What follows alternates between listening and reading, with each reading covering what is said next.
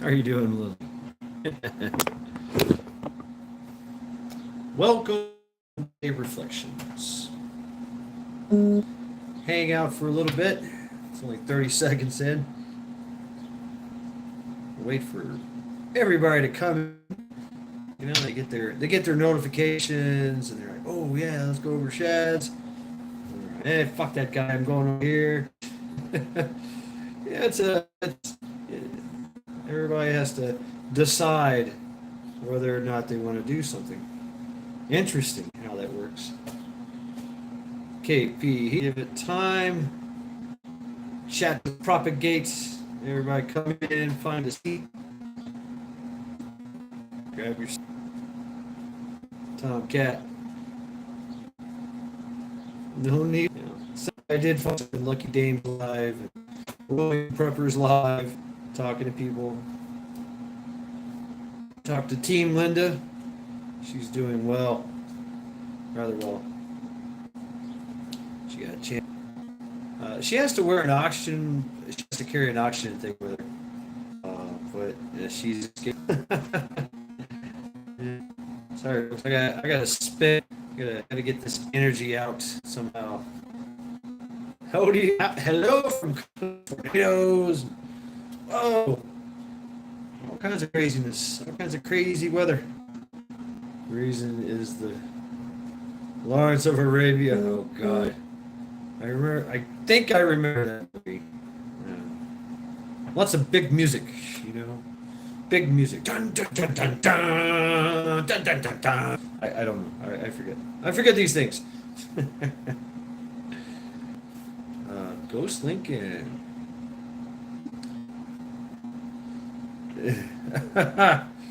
Yeah, it's always wise to give it time to. I guess I've been I watched the last night's live arts and crafts with your gear. It was all fucking pixiated and roboted and broken, so too much. I don't know. The 5G has to. Yeah, it needs to warm up. That's it, Wolf. Yeah, I will adjust the anti-buffering knob. So yeah, it's about 4 minutes. Well, about 10 minutes or so. You can get started. You can guys talk about everything, what's going on. Drop your links. Yeah, Wolfang's been cooking, making me fucking hungry, and this is like my day of fasting. Yeah. I haven't though. I've been cheating a little bit. I had some food, ground beef, put it in a skillet, and I threw like 4 eggs in there, and no sauces, no spices, herbs, or anything. Bars ago, hands right. Yeah.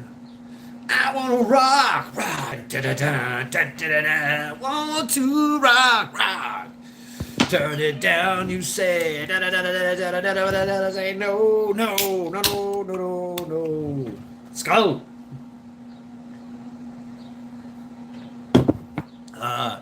No cooking for you, huh, Tomcat? All right. I only have one woman in my life, and that's Charity. And my mom. Okay, I love my mom, Linda.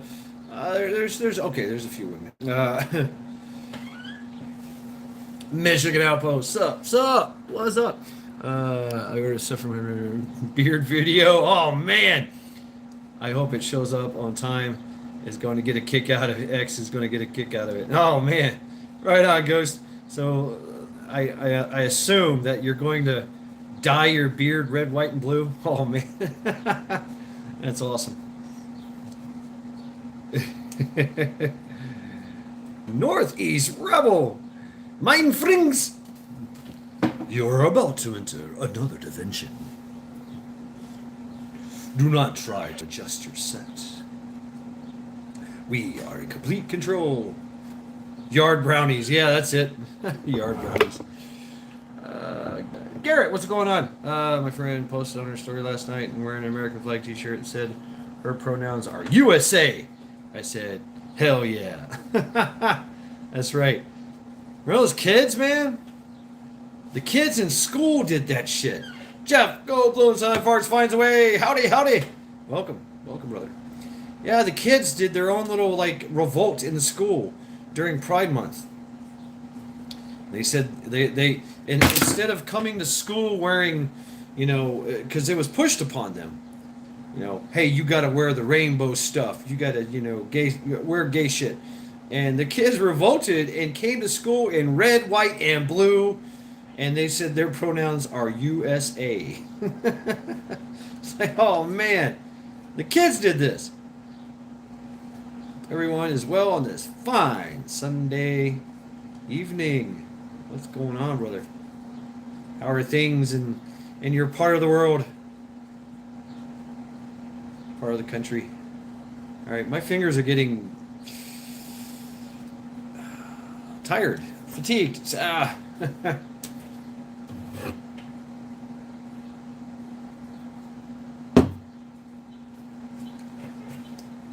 They awesome.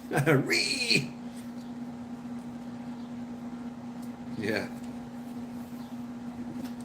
And then the one girl that had that the audio of the very philosophical conversation she had with the teacher that was trying to, I think it was somewhere in the UK, I think, and this girl, I don't know what grade she was in or whatever, but she sounded very articulate. She was a student, and she's like, she was letting the LGBTQ plus, because that's what they were teaching, was this LGBTQ plus curriculum, and the girl was like, no, my pronouns are woman. Jewish redneck prepper, shalom, brother. And she was having a very intellectual conversation and making sense. And the only thing that the teacher could do was berate her. Berate her, and the girl would not come off her position. She was like, "No, that your thinking is flawed," and and had a very intellectual conversation and statements. It made sense. It's great, and that was somewhere in the UK, I think. Because they were taught like this. Yeah, she stood her ground. That's awesome. That's amazing. And you know what that means? That means great parenting.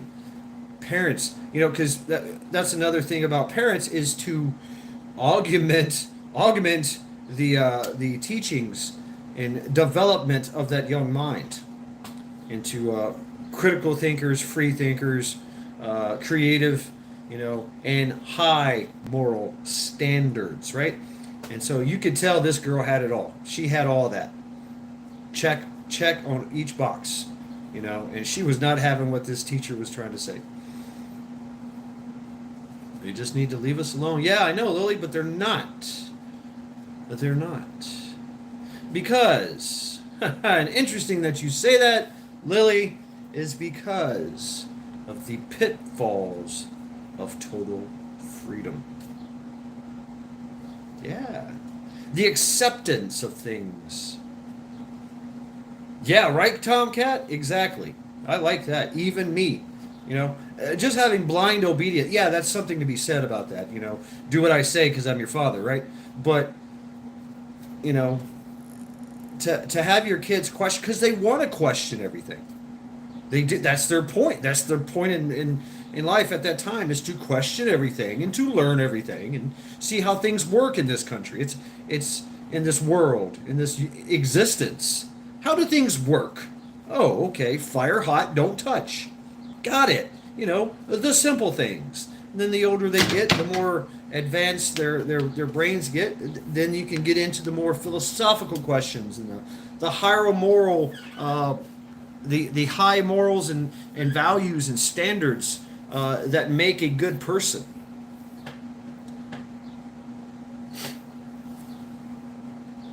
So yeah. The pitfalls of total freedom. Like how I just segued into that. I like that. It was pretty impressive. Thank you, Lily.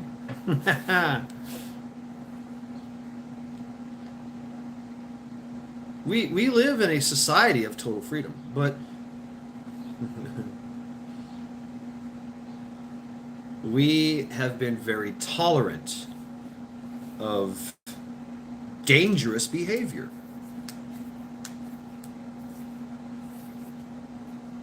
We have. And this is what we get. What's up, Dusty? If you look at Paris, oh, France, I know it's all over the news now. Now you see where cultural diversity gets you. Where cultural enrichment gets you.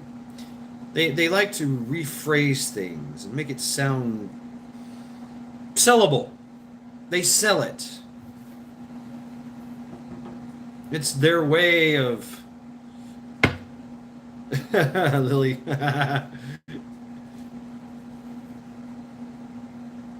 Yeah. If you eat all your Halloween candy, you're gonna get a bellyache, and you're probably gonna have the runs for at least 2 or 3 days. I remember that one too.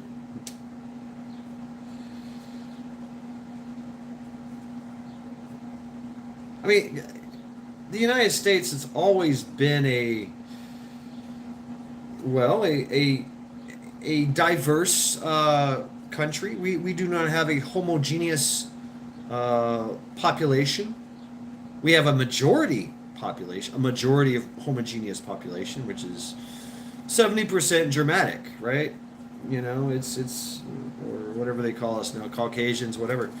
Uh, but there's always been more, and we've all had to navigate through this through our history with different cultures. The the Indians, the Native Americans, the black folk, the Asians, the Latinos, the Irish, the Vikings, even fish sticks. We are the grand experiment into the world. Everybody comes here, and everybody thinks, okay, well, yeah, it's 70%, Caucasian, but within that Caucasian history, there were diverse groups, religious groups. Secret Asian man, agent man. But we've always had a diverse group. I mean, the Puritans, right? The Amish, the Roman Catholics, the Protestants. So even within this what's up, cat lady? Even within 70% of the population being white, Caucasian, whatever, we were diverse and really just it was like, yeah, that's the Amish over there, that's the Irish over there, that's the Protestants over there, the Puritans over there. Yeah. What's up, Tigger? Happy birthday, Tigger! That's right, happy birthday. Cherokee Southern Baptist. I mean, yeah. I mean, there is such a religious divide, a religious diversity in this country. Always has been. Something has to be said about that. So, very similar morals. Very similar. Little changes here and there, little variations, and a lot of non-tolerant. It was tolerant, yes, but it was a kind of, well, those are the Protestants over there. They're all hoity-toity. We here at the Ebenezer Zionist Baptist Tabernacle, we do things a little differently.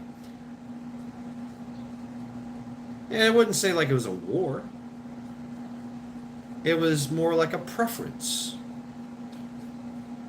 There might have been a type of caste system involved. Kentucky survival. Freedom. We all had freedom. We all had total freedom. We told the government to go kiss our ass on a daily basis. We're going to do what we want, but there was a moral operating system. It took us a while to figure it all out. I'd have to say the 70s into the 80s is when America reached the pinnacle of acceptance. Acceptance of all races, all creeds, colors. We even accepted the LGBTQ before it was the LGBTQ. We accepted oligarchs. We accept what's up, Rage. We accepted a lot of things, and you could see that in our television, our television programming, the things that we liked. You could see that in the leaders that we elected. Even though the fix was in, probably in the 50s and the 60s, of government starting to take over and do what they want with us, to tell us what to do. Because when the government gets away with something and they say, hey, we're going to start this thing called income tax. Don't worry, it's only going to be for like 2 years. Woodrow Wilson. I do believe Woodrow Wilson, President Wilson. How many of you guys still pay taxes? All of us. All of us still pay taxes, right? Oh, we can't let, and yes, I'm going to get a little spicy here. Oh, we like our machine guns and we like our long rifles, and yes, we did. We had that. There was a time in this history of this country where you could just buy a full automatic Tommy gun at your local hardware store for like $50. There you go. But oh no, if the blacks get their hands on guns, they're gonna kill Whitey. And so we have what we have now.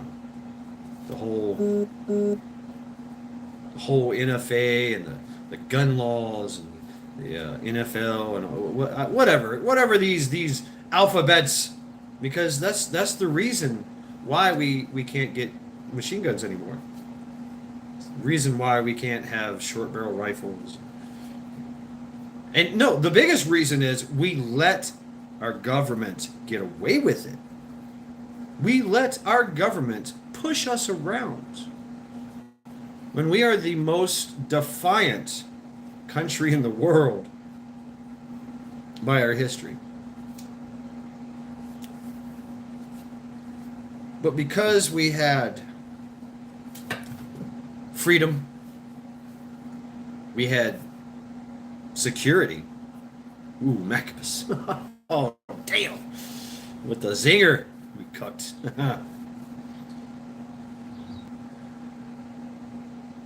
And we believed that that the government would do right by what we wanted. Even though we didn't tell them what we wanted. Or maybe we did, and they pushed with a little might. Might makes right. And we caved.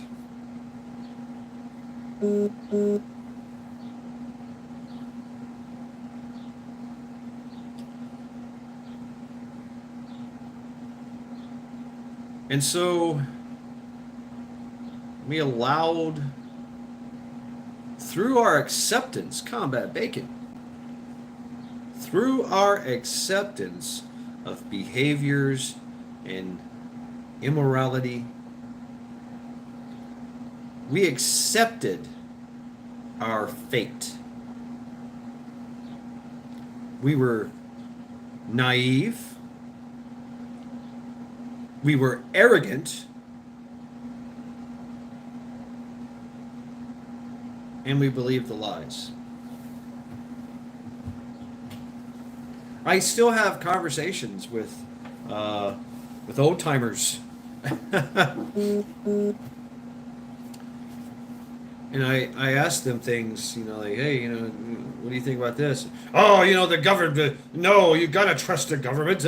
They better do what they're supposed to do. They can't do that. They just did. No, I don't believe it. It's just bullshit. Trust the government. Okay. What did Ronald Reagan say? From the government, I'm here to help. I don't know. What is beeping? I don't hear any beeping. Lily, yeah, you might want to check underneath your seat. I don't know.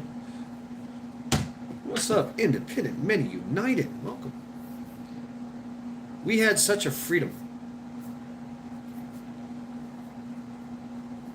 Our cops treated us differently because our cops feared us. No, I'm not getting any of that. That's not me. No beeping over here. Our government feared us.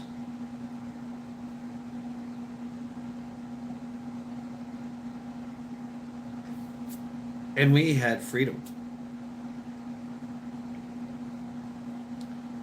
And what kind of freedom did we have? Well, if something was extremely immoral, rip. Extremely immoral. Like, say, drag queen bingo story hour for your kids at a school. It was pitchforks and torches time.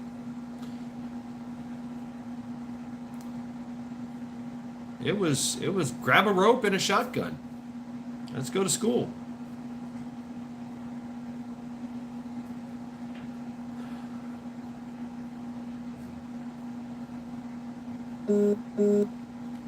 Oh no, combat bacon. Woo! I done that for a while. That's hard work. Hard and hot.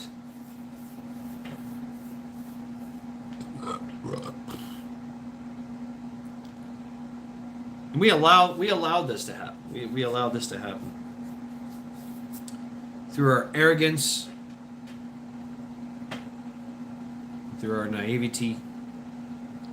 Even though we constantly had people that were telling us about the pitfalls that are coming, the terror, the tyranny that is coming. Hey, Smith, because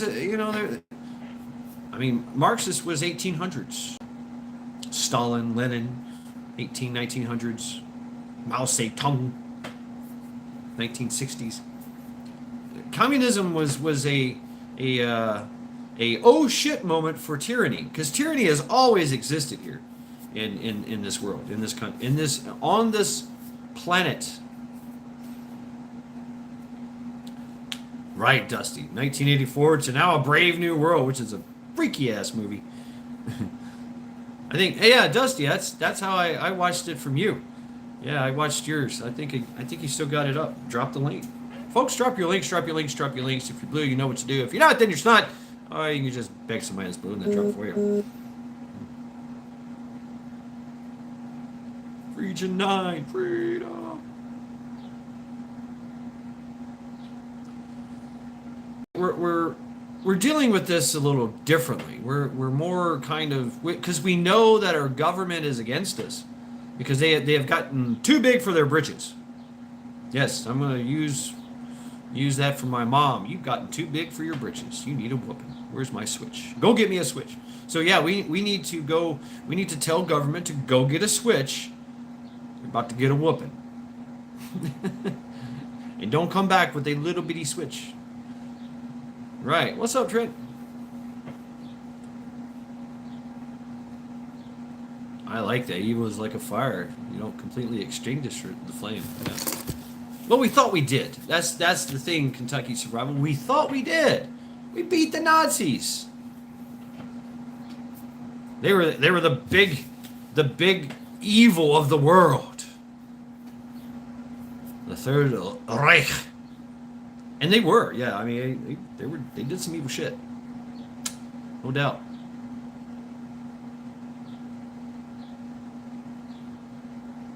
Exactly. Tomcat's gotten to the point where they're not even hiding it. It's in their face, and they use it to shock and humiliate now. Yeah, we're playing a different game. It's a game of don't care. Idgaff. Idgaff. I'm just gonna go over here. I'm gonna take my kid out of school and do homeschooling. There you go. That'll fix that problem. Yeah, if enough people do it, and which there is a lot of people doing it, but that's once again that's one of the pitfalls. Hutch, happy fuck the government day. He just dropped that. Happy fuck the government day, right? And that's what this day, Independence Day, is all about.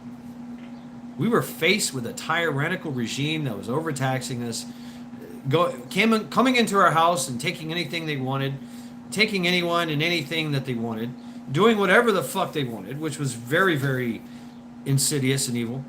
And we said, that's enough. We're done with that. We slapped that hand. Boom. No. Get your hand out of the cookie jar.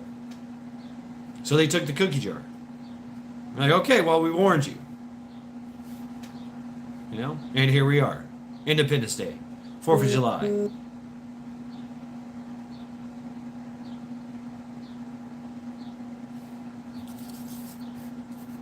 Yeah. Yeah, there's a lot of the government, once it's taken something, it never gives it back. There's a tax for everything. Oh, we're going to build a new school. We're going to tax everybody like we're going to tax you 2 cents on the dollar of all your purchase on the sales tax. And we're going to tax your paychecks. And it's just $2. And it's only going to be on, we're only going to tax it for 2 years, and then we're going to take that money and build a school. 20 years later, you don't know why you're paying this fucking tax.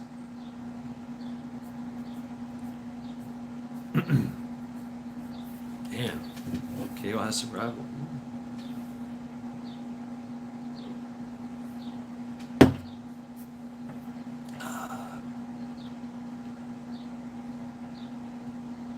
Right on, Lady Smith.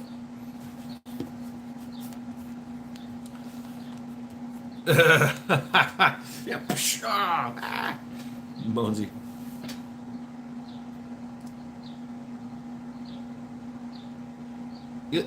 You look at other societies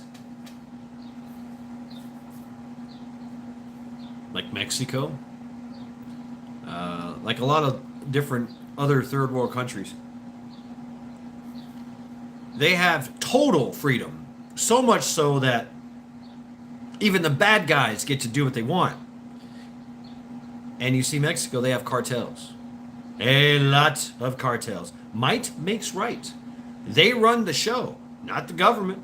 Now the government tries, but there's no regulations. They try to regulate. Mexican people are like, fuck you. Now they drag their government officials down the road in the back of a pickup truck. Yeah. I think they try to make some kind of design in the street with their blood. I don't know. All right. Right on, Rage. But it's such a free society that even the cartels get to do what they want. They start to take over. Somebody is always going to be there to take advantage. To take advantage of the situation. So when a society believes that, oh, you won't do that. The government won't do that. The people, I can leave my doors open to my house and take a nap. I can leave the car windows rolled down and the doors unlocked, keys in the ignition. Nobody's gonna steal my car. I know everybody here. We got comfortable with this freedom that we had. You could do what you want. You could buy what you want. You had financial freedom. You had you had all kinds of freedom, and it was expected of everybody else. It was an expected way of conducting yourself in society. Everybody knew it. Bird incoming. Oh, here? No. Ghost Lincoln. Oh, take care, Wolf. You still had people, criminals, that took advantage. Mischievous kids that took advantage of the situation.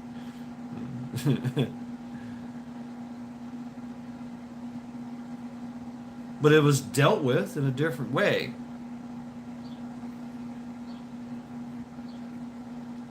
You didn't have a mass influx of cultural diversity. It was expected for everyone to buy in to the culture of America. We don't give a fuck where you came from. We don't care. From India. Okay, great. Yeah. Can you say hi? How are you doing? Nice to meet you. Great. You can be part of our fucking society. Can you not be a fucking a chomo? Okay, great. You can be a part of our society. Can you not have a pink mohawk and Black Lives Matter? I mean all of that. Can you not have Marxists in a Che Guevara T-shirt? Okay, great. You can be a part of our society. And are my kids going to be safe with you?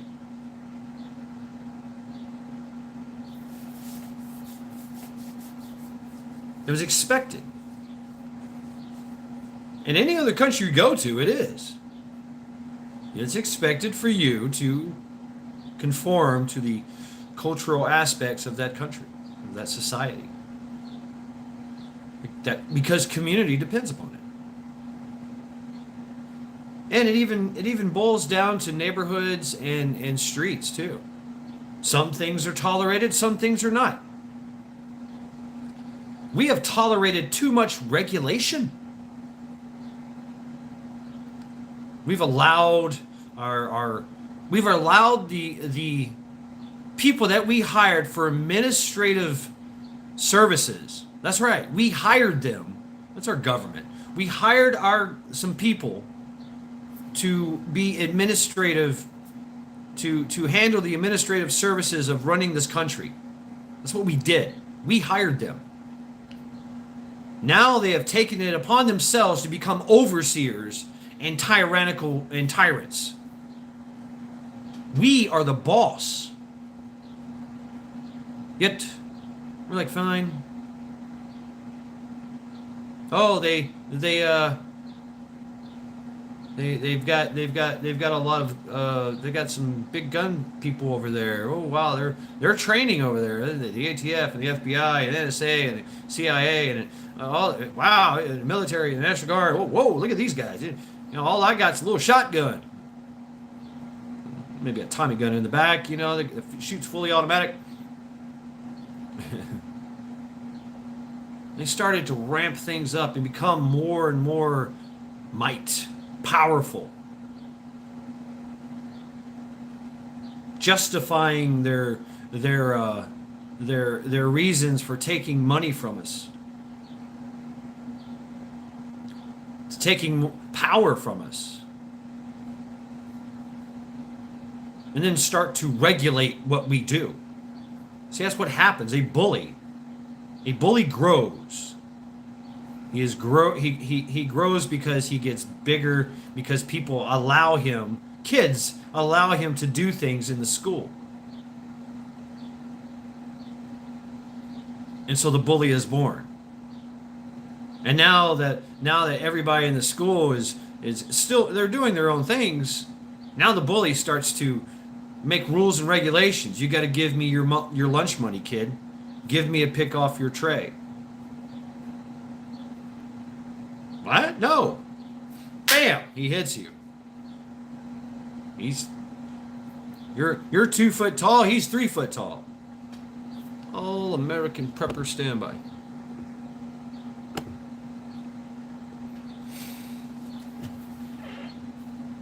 Now, what if that bully got to the point where he asked somebody for their lunch money, and little Timmy said, "No, you're not getting my lunch money." And then everybody else in the class in the cafeteria stood up, told the bully to piss off. Would the bully still bully? No, he would walk away in shame. And if said bully did actually just say, you know what, whatever, I'm going to be stupid, and I'm going to go ahead and take little Timmy's lunch money anyway, and the whole cafeteria whooped that ass, that bully would learn a valuable lesson, and every other bully that wanted to be a bully would learn a very valuable lesson. It would be a FAFO.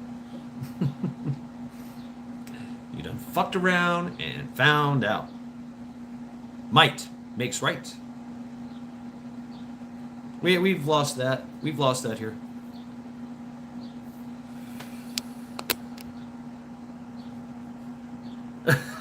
Region 9. Majik, you're the medic in the lunch line. Come here, let me put a tourniquet on that. That's my neck, I know.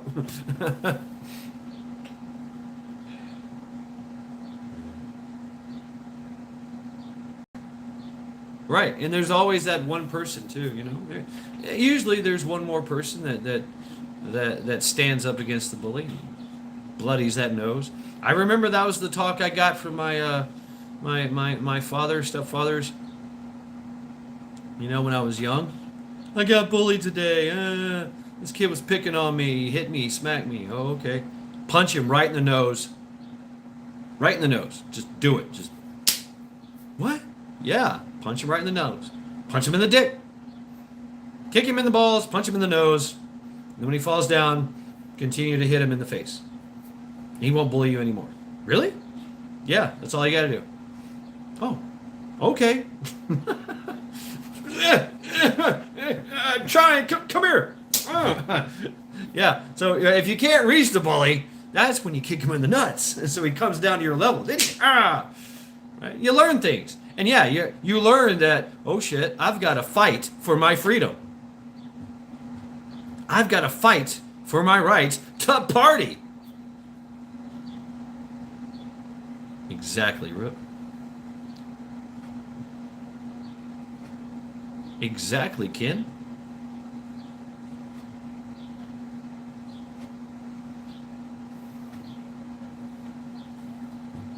And this is a age-old tactic, the insurrection, the sedition. It just takes a long time. And yes, it's through division, divide, and conquer, with lies and suggestions. And then they finally get to the point where they can back it up with might, because we allowed them to do what they wanted to do. We allowed them to have the freedom to go for that. Damn, Ghost. Yeah, that's some brutal stuff. Knee to the face. Good night.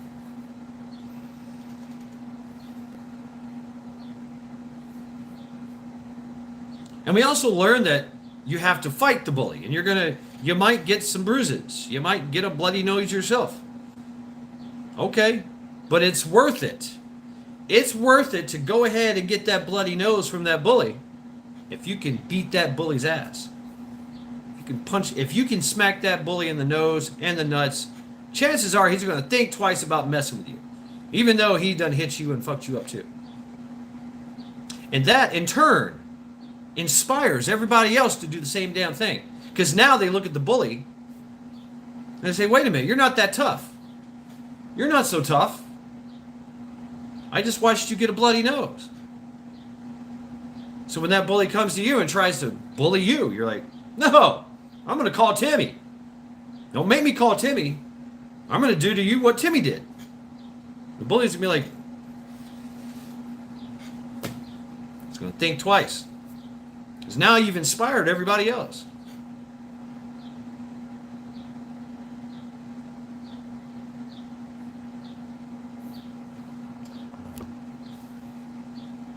Absolutely, combat. And they know that. They know that. But we also know that every alphabet is Tommy the Tally. Timmy. Timmy Lalar. And the lords of the underworld.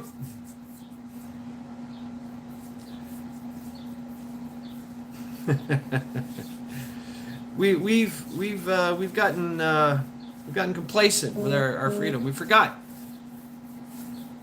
We forgot what it meant to be free. It means standing up from time to time. Get punched in the nose. But make sure that they get punched in the nose. It's not just a violence thing either.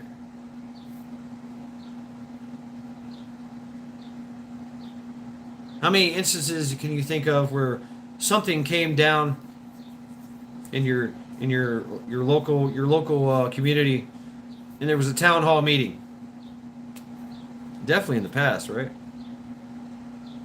Everybody in the town went there, and rabble.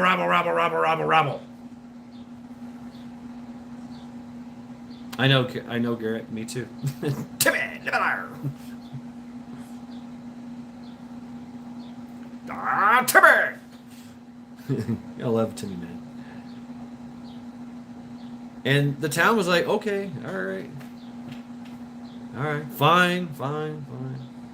Because all those people start threatening them. And what are they threatening? We're gonna vote you out. You have a business. We're gonna boycott your business that's in town. You're gonna be blackballed because the so say we all kind of bullshit. Going back to Battlestar Galactica. So say we all. The local government's like, fine, okay, sorry.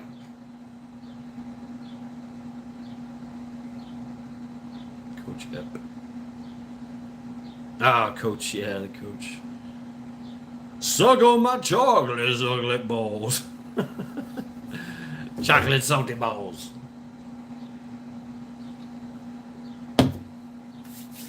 Oh man, Isaac Hayes. Definitely Chef, the voice of Chef.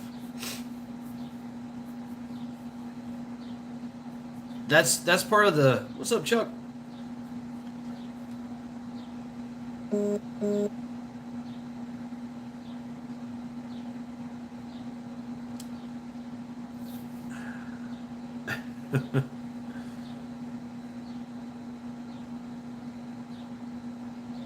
We were.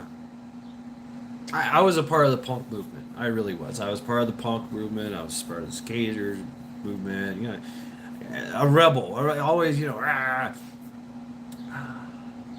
Kids like to be rebellious. Young people like to be rebellious. Young people like to be a part of something that's going to be a revolutionary thing. They want to be a part of something. Usually you join the military or you join a frat club or something of that nature, and it gets that out. You get your energies get channeled and focused into something, and yeah, you still have some rebellious energy, and you go drinking at night and driving and doing donuts in the backyard of somebody's the sheriff's house or something. I mean, go plowing through a cornfield. Just stupid shit, right? But this insidious movement that has overtaken our young population, it's a lot worse than the punk movement. It's a lot worse than the hippie movement. It's a self-deprecating, self-destroying movement. Right? They turn up. That's the thing, right? Chuck. They turned up. Turned up. What's up, Terry? Time. Yeah, see how stupid they can be. What's up, Bonnie? Hey, welcome. We've allowed stupidity to reign free, to reign supreme. We've allowed our illustrious government, we've allowed our administrative employees. We the people have allowed our administrative employees to literally staff their own offices, to make their own rules, to create their own armies against us.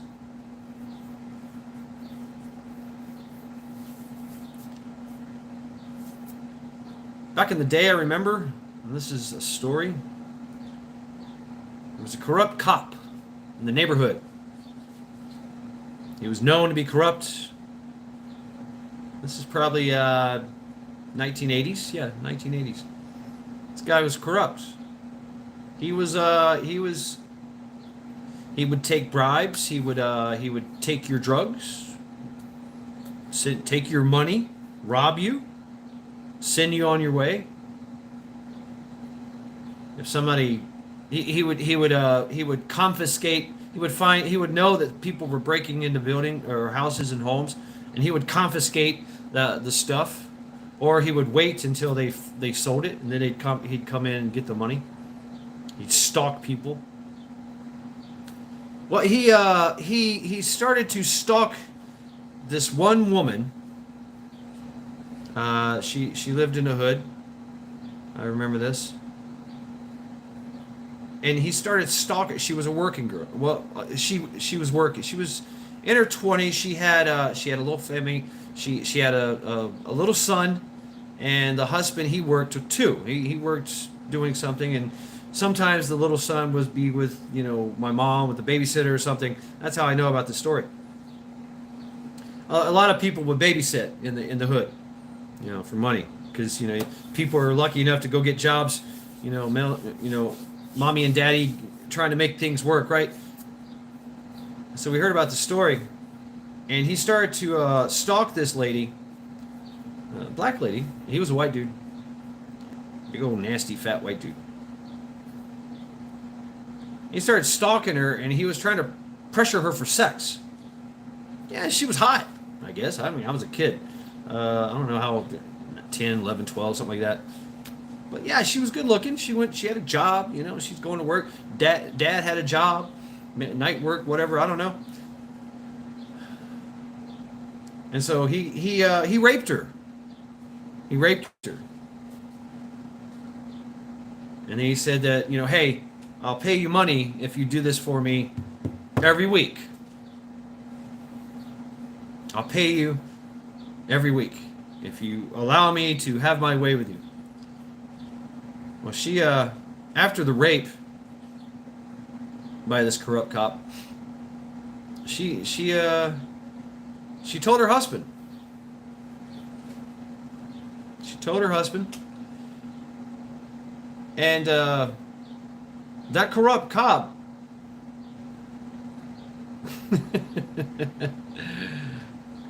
that corrupt cop wound up in pieces in the ditch.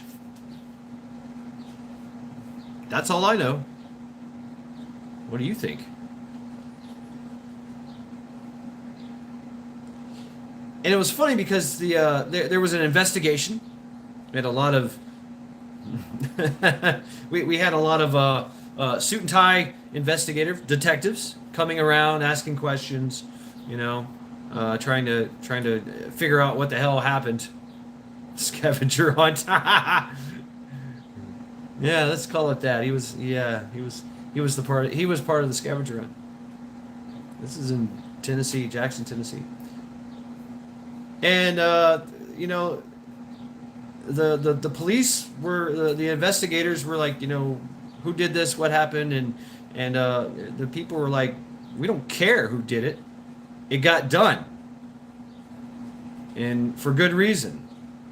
And like the whole community knew this guy, this corrupt cop, got scavenged, hunted. He got dismantled, and they were okay with that. And the investigators, after a while, were like, "Yeah, I guess you're right. Sorry to bother you. See ya." That's just one instance. All right, folks, hold that thought. I have to use the bathroom, and then we'll go outside, enjoy the Cleveland air. Be right back.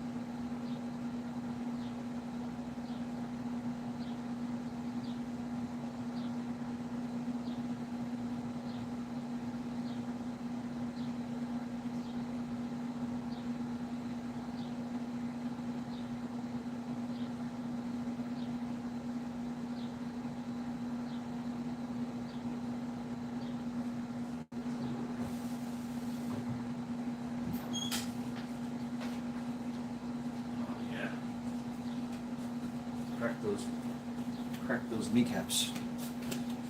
Break some kneecaps. Crack those kneecaps. Don't break them. Hey, knock it off, you. What y'all doing?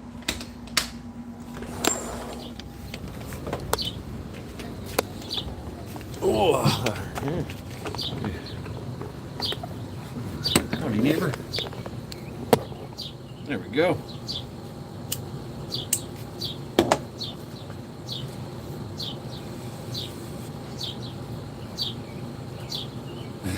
All right, right on. Right on there, Tomcat. Yes, Majik, you can quit holding now.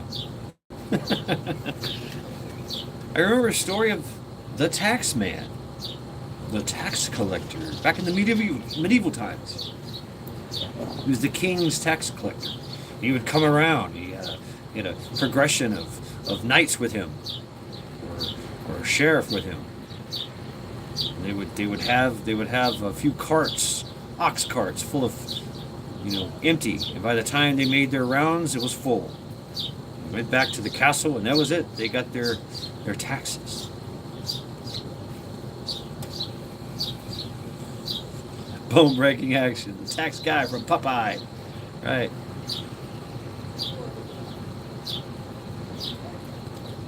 They always met an untimely demise.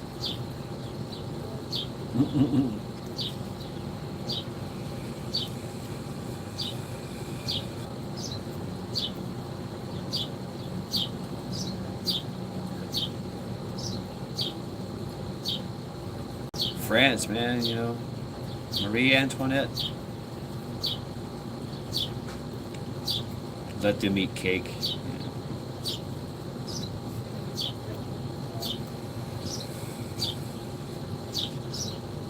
Ellen, yeah. I'll gladly pay you Tuesday for a hamburger today.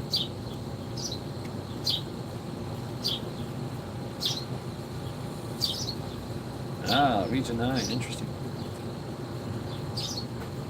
I ran into Captain Farrell and his money he was counting. First produced my pistols, and then produced my rapier, singing, "Stand and deliver, for I'm the bold deceiver. Hello, shall road of a doo." Whack for the daddy-o. Yeah, great song. Oh, Lori, it's great. It is 82 degrees. It feels great out here.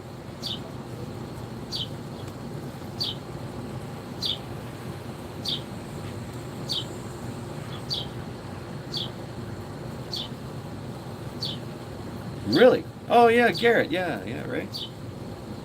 Motley Crue. Yeah. I mean, he's always been a very talented individual. Huh? Stand by, love and life. Stand by, love and life. How are you doing? Good to see you. You're now blue.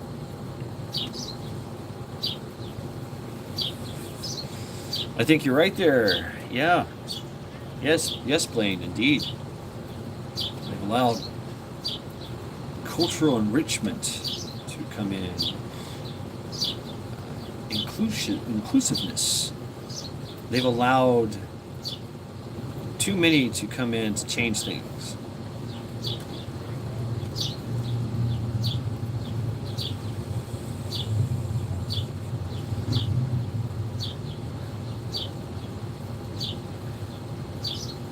Ellen Alien. Singing is good for the soul. It is.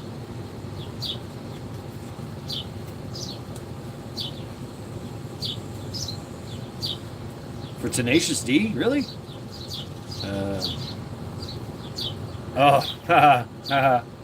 Right, Bone Breaker. That's my neighbors. They live in the trees. I have 2 trees, and 1 tree over here and 1 tree over here. And it's 2 families of the ruby, what do you call these things, finches? Man, they're always chirping away.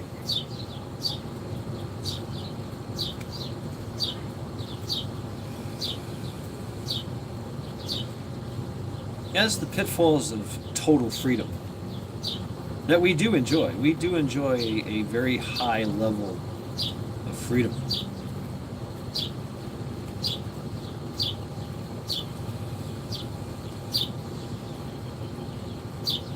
And that's one of the pitfalls, is to be accepting, to accept our circumstances. You know, it says it in the what is it, the help me out here, Blaine, in the papers. You know, man is meant to endure. We will endure tyranny. What's up, Catskill? Hey, just seeing you.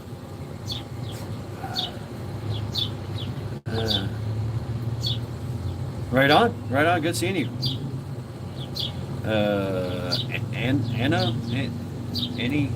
Annie, Allie. I forget your name. I just know you as Catskill. That'd be great.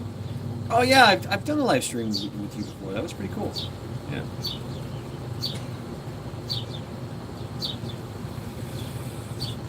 You know, man will endure tyranny. It's just what we do. Allie, thank you. Okay, Allie. So I apologize for not, Allie. I think we've talked about this, haven't we, Allie? I have a cousin named Allie.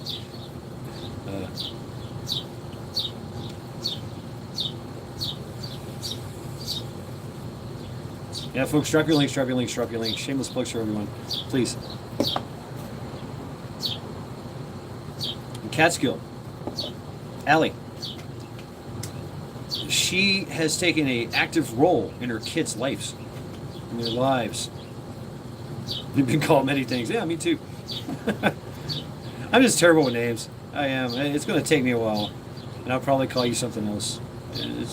What's up, X?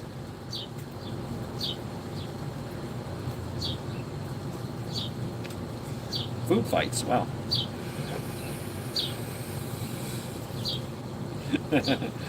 Foo Fighters. Yeah, right. Well, the Foo Fighters were the name for the UFOs that were flying around in World War II. They know what they were. Boom! Yeah, there you go, folks. Drop your links. I had to put the cows and goats up. Cat lady. All right.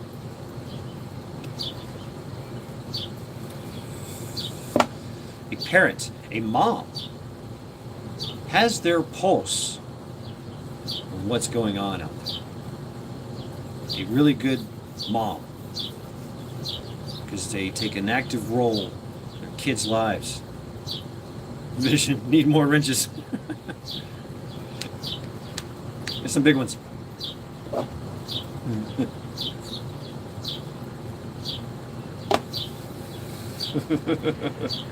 Oh yeah. Let's see. Yeah.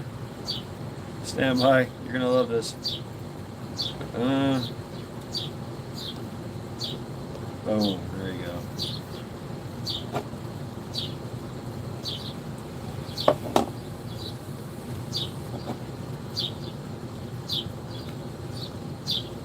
Yeah, combat. But you always have to, you know, get what you get. I have a neighbor, and you know, I've talked about him before. He's old, 70-something years old, and he says some crazy things, you know. But he does say something very interesting. Is that you just can't talk to people about like what we're talking about. Just can't. Me and him talk. We have great conversations. You know, and he's Christian.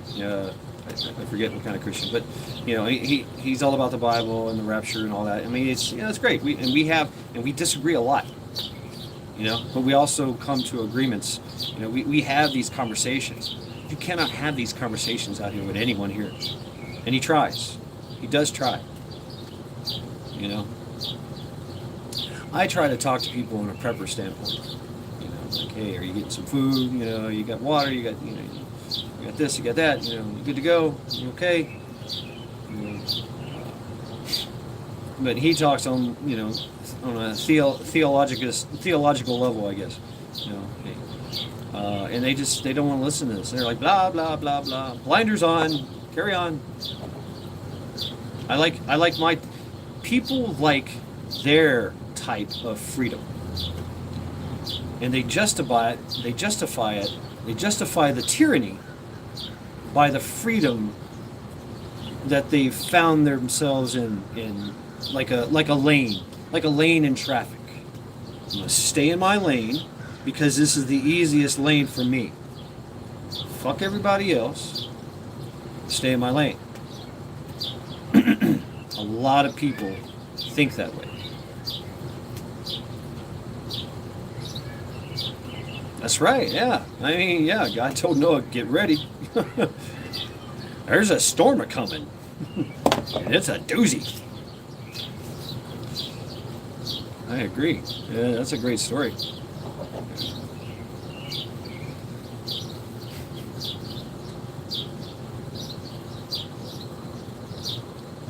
But that's okay. It's okay for them to be that way. That's fine. Because when the shit does hit the fan, they're going to be like, oh, in the back of their minds, it's going to be my voice saying, I told you so. Like, I need more toilet paper. I'm going to get more tuna fish.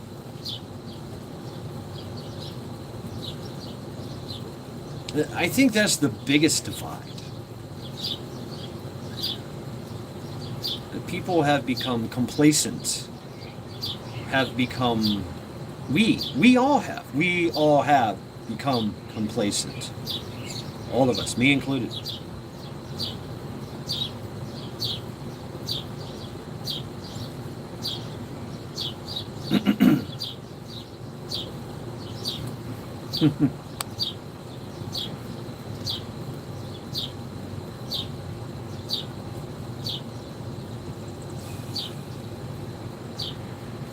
When you show them that there's canaries in the mine, interesting enough, I just found out that there's wild canaries here in Ohio. Beautiful. They're bright yellow with black trimming. They fly around. Wild canaries. The canary, when you show people the canaries in the mine, and they start to die, and you're like, there you go. Then they start to wake up a little bit. Then they might come back to you and talk.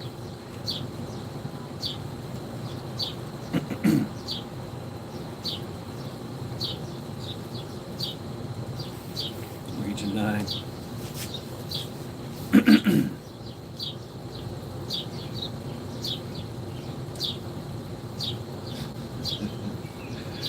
That's a valuable lesson, isn't it? A very valuable lesson. Right, cat lady? Canary in the mine snitches on you. We have tolerated a lot of seditious behavior. We've tolerated people, bullies, to come out of the woodwork. in every aspect of our lives. Ooh, love and life. I love that. Get your mind right. Get your grind right. Yes, I love it. I dig that. I dig that shit. Get your grind right. That's better than to keep on keeping on. Get your mind right. Get your grind right.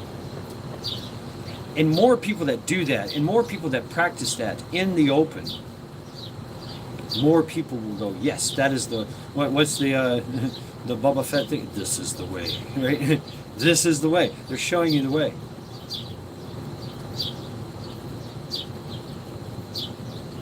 Yeah, make no mistake about it. This is a very scientific, proven method of sedition.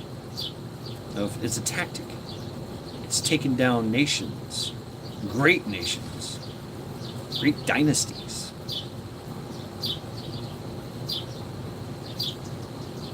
And we allowed it to happen. We're allowing it now.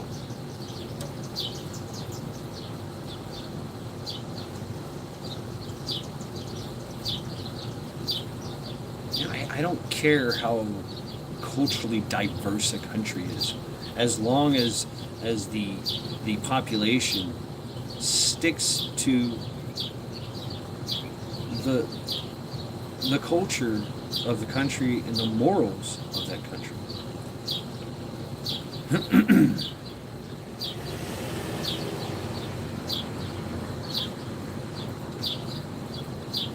I see a lot of cultural diversity here, and I see a lot of assimilation. Assimilation is necessary for the gel of a society. I don't know how many success stories I've seen with a lot of Mexicans, a lot of immigrants, you know, that in the past, in the 80s and the 90s and the early 2000s, I'm working with these people, you know. And I knew them, I worked with them, I partied with them. And they were just the lonely dishwasher. But after they left that, they were the lonely busboy at another job with a whole other group of people. And then they were the lonely cleaner at an office. They had like 3 jobs. And here I am bitching about my one. The next thing I turn around is 5 years later, and they're driving around with a truck with their name on the side of it. And they've got employees. Fuck yeah, man. Right on. Good to see. They made it. They knew what it... They took advantage of a great thing here. Our total freedom.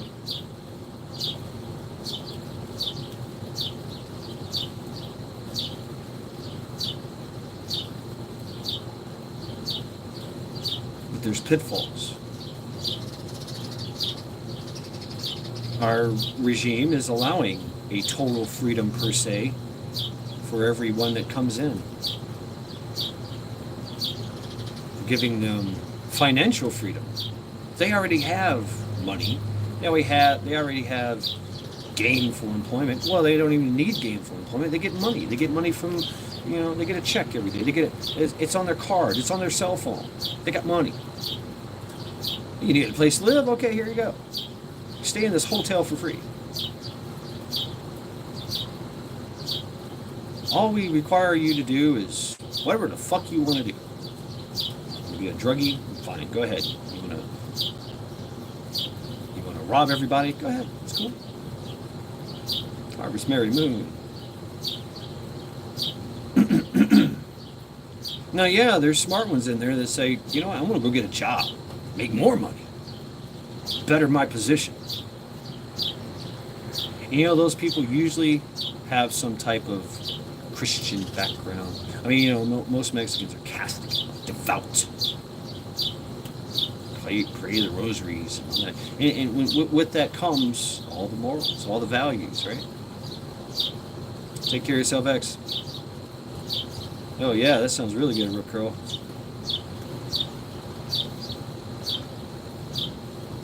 Yeah, I agree. Read them 9. Region 9. It was. It was. Yes, it was about slavery. I mean, you can't deny it wasn't about slavery, but it was a mute point. It was about because slavery was already going on the outs. It was already becoming unfashionable. It was actually becoming unfinancially appealing. More the industrial world was coming into it, and where they were taking advantage of it, right? Eli Whitley, Cotton Gin could do the work of 90 slaves.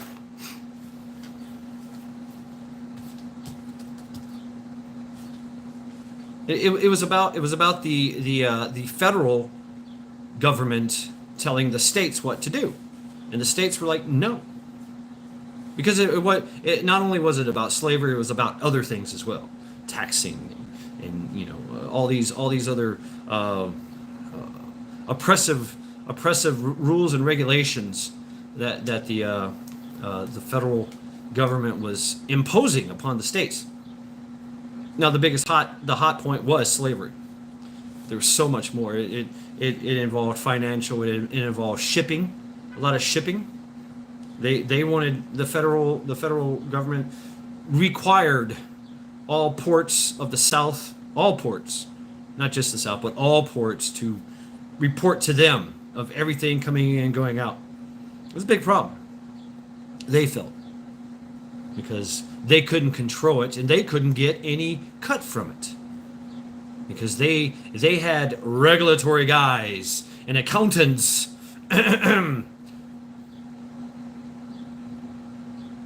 That were in charge of that, and they got paid very well. And yes, the Federals at the time were in cahoots with the British,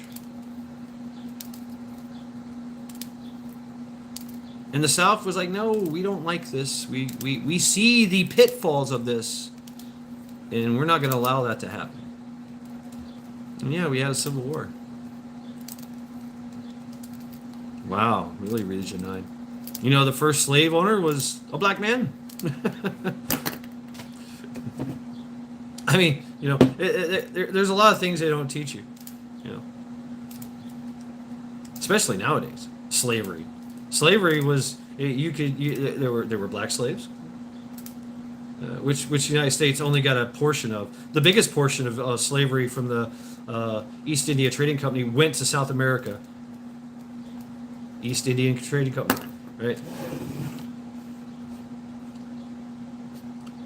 And even when we got done, when we dropped slavery, the rest of the world, it took them almost 100 years, or 50, 60, 70, something like that. It was a long ass time before they started dropping slavery. And there's a lot of countries that haven't, still to this day,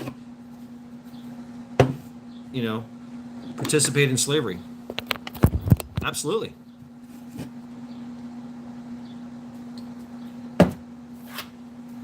Once again, that goes back to Africa.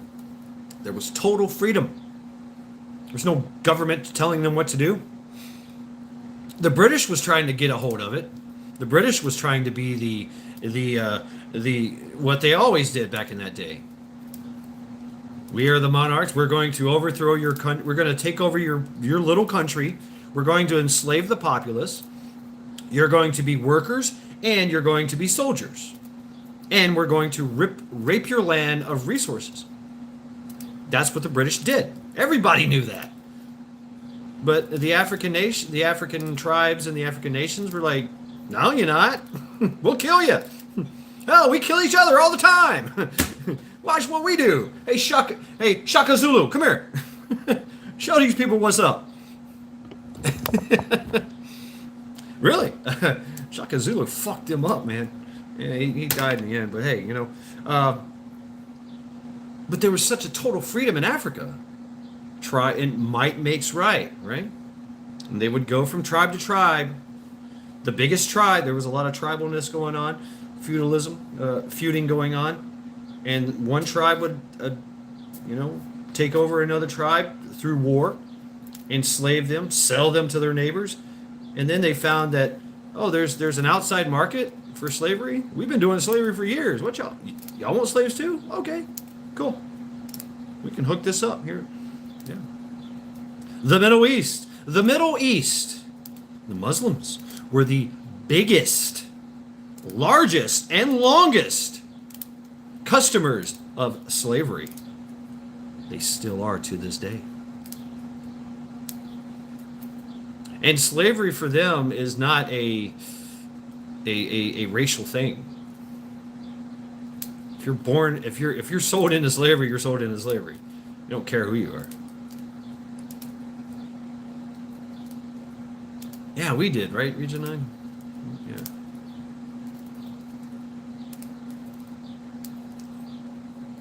But that total freedom allowed for these pitfalls to come in. It's always going to be a bully somewhere, taking advantage of a situation, taking advantage of everybody else's complacency, intimidation, networks, sedition, coercion, lies and suggestions, deception. Yeah. Well, not really. I wouldn't say predators, because we are the true predators. I'd say parasites. I like the term parasites. And when you look into history, you see that word being used throughout. These parasites latch on to total freedom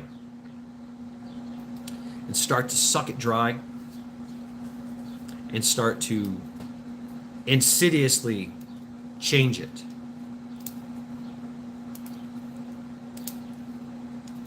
And then they move on to the next host.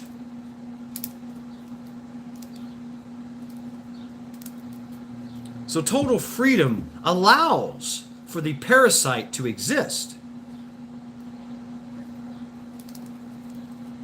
And that's what our founding fathers knew. They knew the pitfalls of total freedom. Therefore, they devised a concept so revolutionary that it changed the world. That the people are in charge, which we are in any society, in any monarch, oligarch, totalitarianism, communism. The people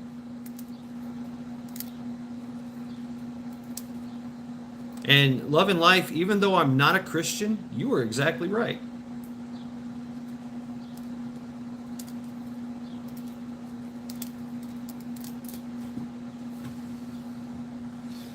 What was I saying? Yeah, okay, yes. Structured freedom is still not true freedom. Yep. So they devised a concept that the people were in charge, and we hired administrative offices to work for us. And we limit their capacity, we limit their powers, we limit their abilities. And we decide what they are supposed to do. Mad Shadford Chieftain. Combat. No. I'm just an advisor. A mad advisor. That's all I am. I'm just here to help. No. I don't want to be. No, thank you. I'm in charge when I need to be in charge. That's it. Otherwise, you're on your own. I'm here to help. not to be in charge. No pants Tuesday. No tops Wednesday. No work Friday. Anyway, yeah. No, you don't want me in charge. Do you understand, though? The fall of Rome. The fall of Rome was done through total freedom. through the pitfalls of total freedom. Now, yes, they were conquerors. They were enslavers. They were no sobriety Sunday. Right. You are required to drink at least 2 cases of beer or at least 2 bottles of some type of liquor throughout the course of the whole day. Yeah, right. But the Roman Empire, my religion is freedom. Yeah, I like that too. That's my religion too. I'm not here to tell you what to do. A chithole harvest. You can cuss here. It's fine. But I understand. A chithole. Rome had gotten so big, gotten too big for their britches. And yes, they did it through conquering and enslaving and raping the land of the resources and destroying the culture of a people and using them for either soldiers or slaves. Am I playing? No, I'm playing. Actually, I'm playing with a pen. I'm sorry, there, Lori. Is it making a noise? I gotta have something to fuck with. The Romans, we hear about the debauchery that they had in their society. At first they had a type of religion, a type of government, self-governing, kind of like the Greeks, which is where we get this democracy kind of thing. Individuality ought to be our highest achievement and testimony to the American resilience. I love it. I love it. I love the quotes. Oh yeah, send it. Sounded ratchety. Sorry, Lori. But the Romans, they enjoyed a type of total freedom. They could have sex with whoever they wanted. They had total opulence. They could eat whatever they wanted. They had all the goods and services at their disposal because, well, they were taking it from everybody else because of their military might. And that includes sedition as well. Sedition, subterfuge, that thing. And so they got to a point, really, where they were allowing everything to happen.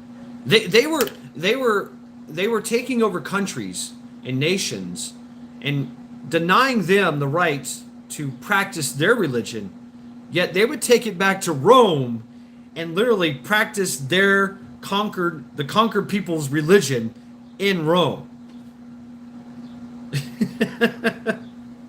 And they did it as a hobby, as a sport, as I don't know, you can imagine. Kind of sounds familiar, doesn't it? We've allowed this type of religion of free sex, do what you want, be evil,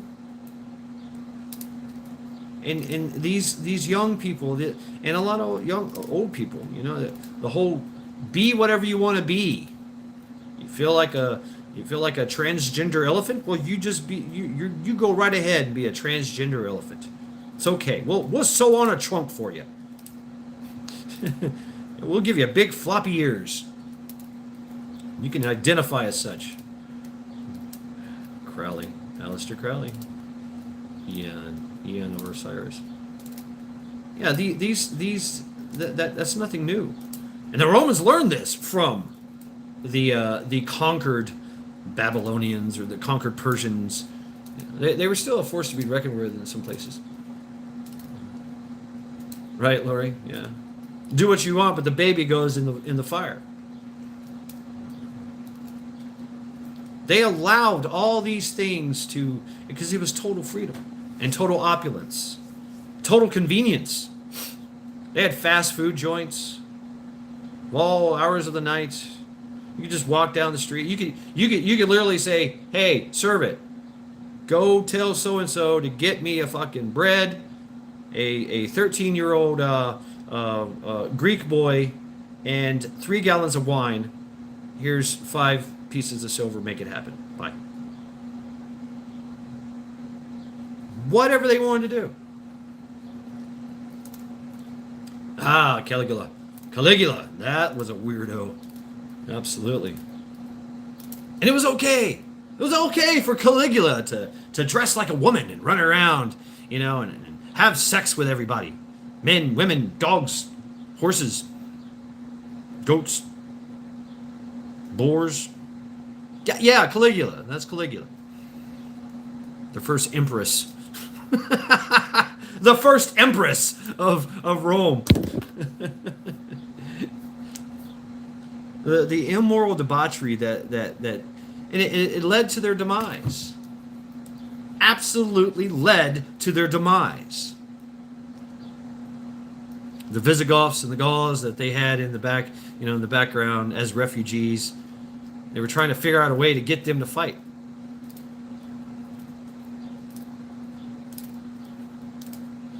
Right, and Saturn, that's what they called it, because it was the Isis,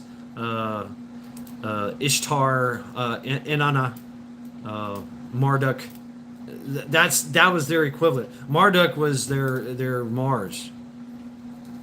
Saturn was their was a Inanna Ishtar. And they had temples set up everywhere. It was like a convenience store temples. This and that with that. Hey, you could go to this temple. I'm going to go to this temple this week, and I'm going to go to that temple this week. They've got good sex. You just have sex with anything you want. And then over here, they cover themselves in ash and they take hallucinogenics and mushrooms. Yeah, so I'm going to plan my whole week and just go through the whole gambit. It would be like a pub crawl. Right? You go from bar to bar to bar, except you're going from temple to temple to temple. Total debauchery, total freedom. They were naive. Yeah, any drug you wanted too, Majik. Yeah, any drug you wanted, they had it.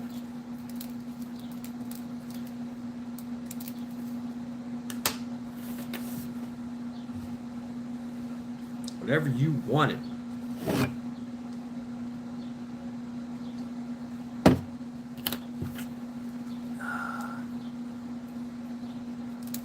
Ace, of course. Perversion. So what happens? That's the pitfalls of total freedom. We've allowed those who wish to pervert, those who wish to insidiously destroy our freedoms because they want their freedoms.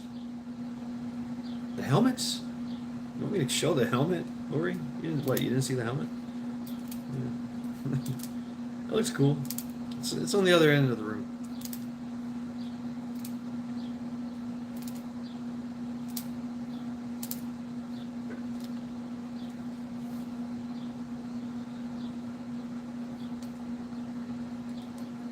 Well, yeah, right, Blaine. And there's also the time of uses, right?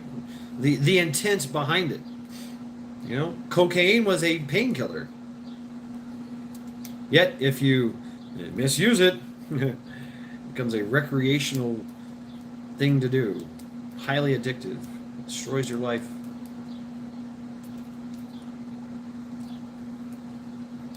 Love and life, I love it. That's so positive. History repeats itself, and those that are aware will be prepared. Yeah. Thought you were going with those who forget are doomed to repeat it. Thumbs down, fuck you to the freedom haters and takers. Right. I mean, we got to have some type of structure. We got to have some type of moral expectation for people. Value expectations. Oh, before that it was hemlock. Or hembane. There's so many more. I mean, there's... Well, anarchy, it's in... The true definition of anarchy is without rule, without governments. It doesn't mean just let's burn every damn thing. That's not anarchy. the true definition of anarchy is without rule, without governance. To be free, total free. But even that fails. Because anarchy, true anarchy, as you can see with the anarcho cryptonist or whatever, they still have to play the games. They still have to make their money off of a government, off of a society that is structured. And I think it's we've seen how things kind of worked its way through. Things worked its way out. Things worked problems and people, and we enjoyed diversity. I'm talking about the history that where I believe that we got to the pinnacle of our society, and we were about to go really good. We were about to really take that next step into being a tier one society. Whereas we had in the 80s, the 70s, 80s, and we seen the change in the 90s, the downfall in the 90s. But we started to see it way before that. But the revolution, the cultural revolution of the world, we've seen it. 80s music, you know. Yeah, okay, you're gay, I get it, but you know, don't touch my fucking kids or I'll kill you, right? You know, they understood that. But then you had total freedom. There are those that wish to instill fear, to elicit a response so that they can take advantage of that situation, of your response, or lack of response. It all goes back to tactics. It all goes back to intent. And we were enjoying total freedom. Rap. Oh man, the music that came, the beginning of rap, great music, great music. Changed the world. Nobody has changed the world for the better than America. The United States of America. Because we have a way of doing things right. We have a way of fixing things. And we have a way of tolerating things. And we have a way of making things better. Like pizza. If you had, I went to Italy and I wanted a pizza from Italy. What's up, Farmer Son? Thank you very much. Yeah, the helmet's over there. The second person's asked about the helmet, so I'm gonna have to go get the helmet. I just don't want to lose my train of thought here. Right, Blaine. That's bad touch. Which elicits a response.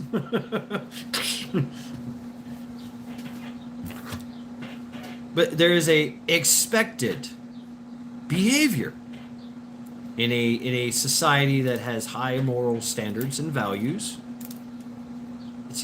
It's expected.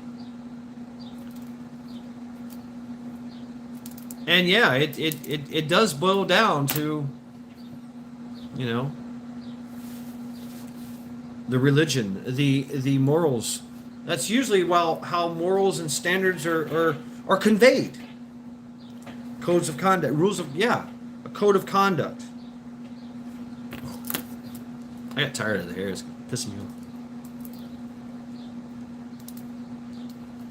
And these morals and standards follow self-responsibility, respect, honor, dignity, courage,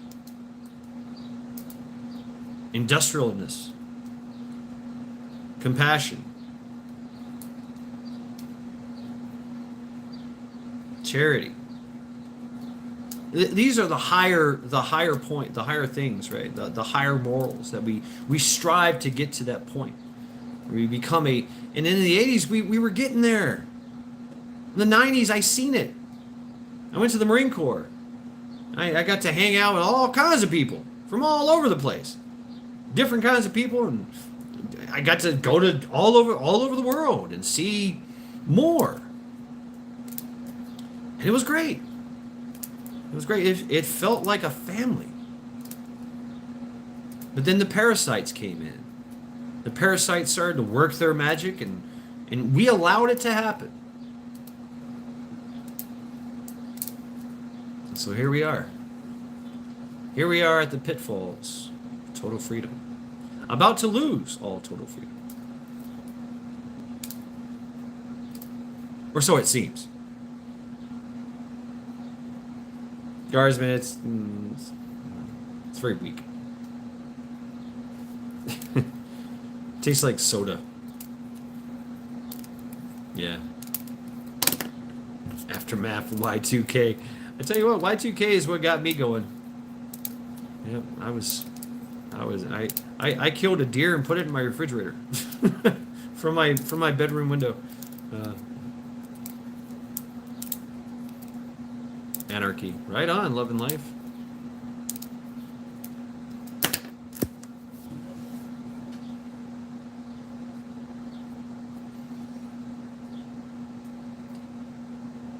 But these rules, these codes of conducts, these morals, these standards that we eventually evolve to, without the help of any outside forces, it takes on the natural order to success of any society, of any community. We start to become prosperous. We become less violent. We become nice to each other, helpful. All these good things that we achieve through this process, this natural order, morals and standards and freedom, allowing people to pursue their passions, What's up, Faith? Faith takes us there.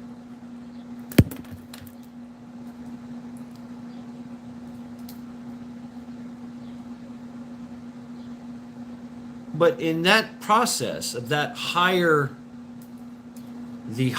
level of a society, of a community, because now you have a trust of everyone in the community, because you're all on the same page. You all have the same morals. You all have the same standards. But when somebody comes in, a bully, who doesn't follow your rules and regulations, starts pushing people around, and this is what happens throughout history. They start to cave. The community, the society, the nation starts to cave in. And then you see other people that don't know what to do. I don't know what to do. I've never faced this problem. I know you're supposed to squash that shit right away. But once they get to a higher level and everyone has trust and respect for each other, they don't know how to deal with this bully. Because it's been so long since they've seen a bully. They've bred bullying out of society. So now we have what we have today.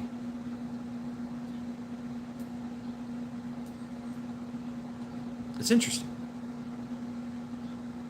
There has to be a healthy a healthy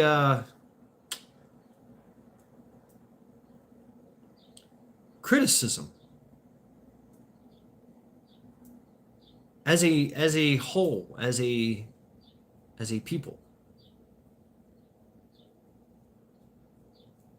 We've allowed the parasites to drain us dry, and now we're being insidiously infected by the same parasitical nature into our beautiful republic. We had built a beautiful republic. It's still there too. We just have to claim it. A healthy middle ground. I mean, I'm a firm believer that the middle path is the way. I am. That's the Buddhism teachings in me, I guess. The Buddhism studies. Middle path is the way. Not too tight, not too loose. And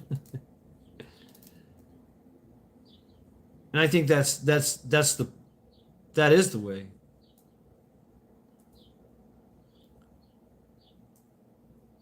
But yeah, it's okay to be tolerant. We are tolerant. Like I said, we tolerated a lot and we enjoyed a lot of it. It's okay, right? But don't come for the kids. Don't insult. Do not violate our morals and our values as a people and think we're going to be okay with that. Because that's where we have to draw the line. That's where every community, every society, every people have to draw the line. We kept drawing the line. We cautiously drew the line in the sand. And then we were tolerant when they crossed that line. When an enemy crosses your line, that's it. You're done. You now have you only have one recourse. Squash that shit. Squash it right away. It's the bully. You told the bully, no, you can't have my lunch money. The bully punched you in the nose. Now he's about to turn you upside down by your ankles and shake it out of you. Shake it out of your pockets. What are you going to do? You going to fight back? You're going to allow the bully to do that.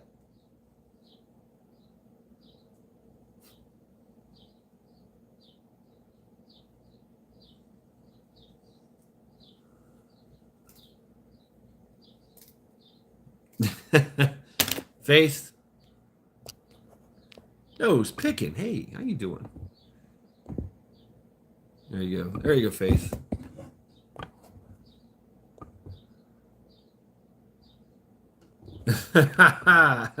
Right on, nose picking.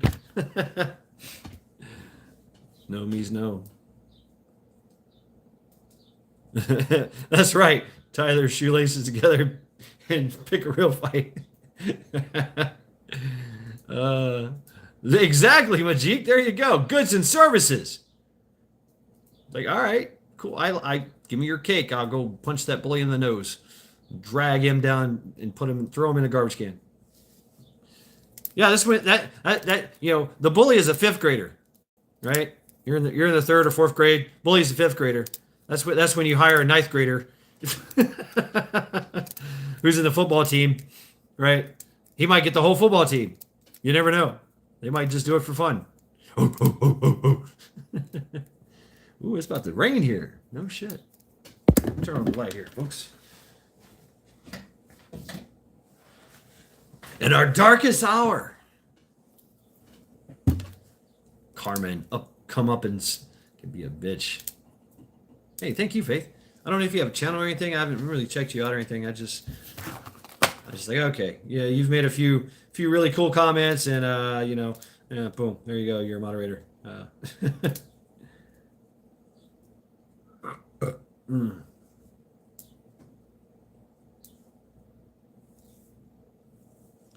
Pitfalls. Right on, Faith. Far, Faith far. I don't know.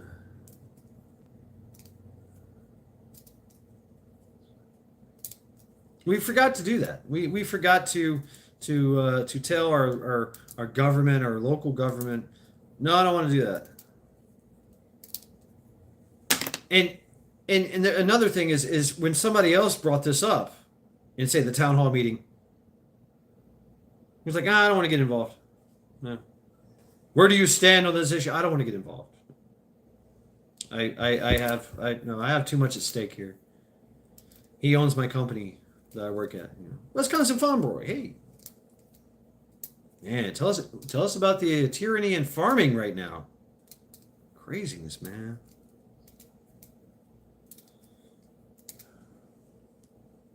It is our duty to resist, to defy. It's also our duty to stand together. Folks, do this. We are facing a tyrannical regime that has weaponized our freedom against us. We have become tolerant of this wokeness.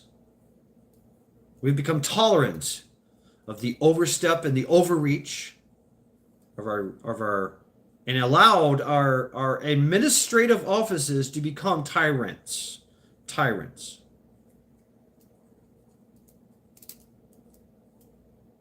And now our children are trying to kill us because they've been infected with this insidious and evil parasitical nature. That's what they do. Hearts and minds. Okay.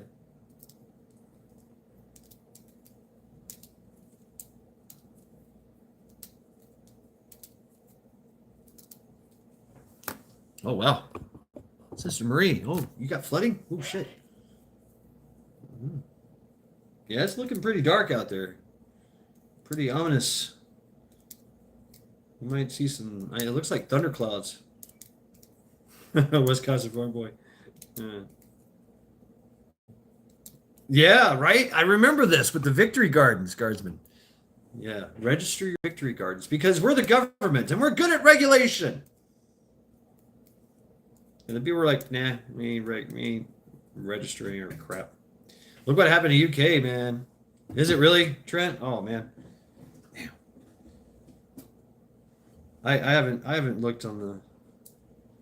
It rained there in Alabama. Yeah. Ghost, you got rain. Damn. It's been raining off and on here. Mm-hmm. If I hear a rumble, we'll go out there and hang out. Hang out in a thunderstorm. Yeah, we're from the government. We're here to make your life living hell. That's that's the truth of what they say. And everything is clouded. Everything is cloaked, masked, in either a authority kind of thing. Thank you, Bug Out. Good seeing you. Or it makes it sound good. Like, stand by for cultural enrichment. Yes, that's what France has. They have cultural enrichment. They allowed, no, they didn't allow. They literally went to these countries, knocked on the doors of the prison, said, hey, would you like to be a member, a citizen of France? We'll give you everything you want. Would you? Of course, the inmates were like, fuck yeah, let's party. And I'm not exaggerating.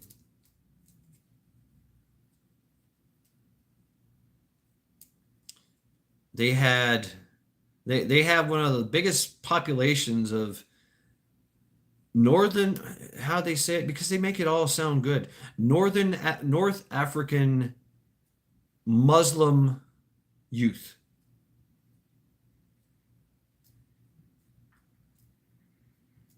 Violent Muslim extremist, anyone? Yeah, okay. Yeah. France has no-go zones. Police can't go in there. White people can't go in there. Infidels cannot go in there. So they get to decide who's an infidel. They have literally went into a already fairly culturally diverse country, France, and built their own homogeneous society inside a culturally diverse country and have started to take over. And now they're destroying.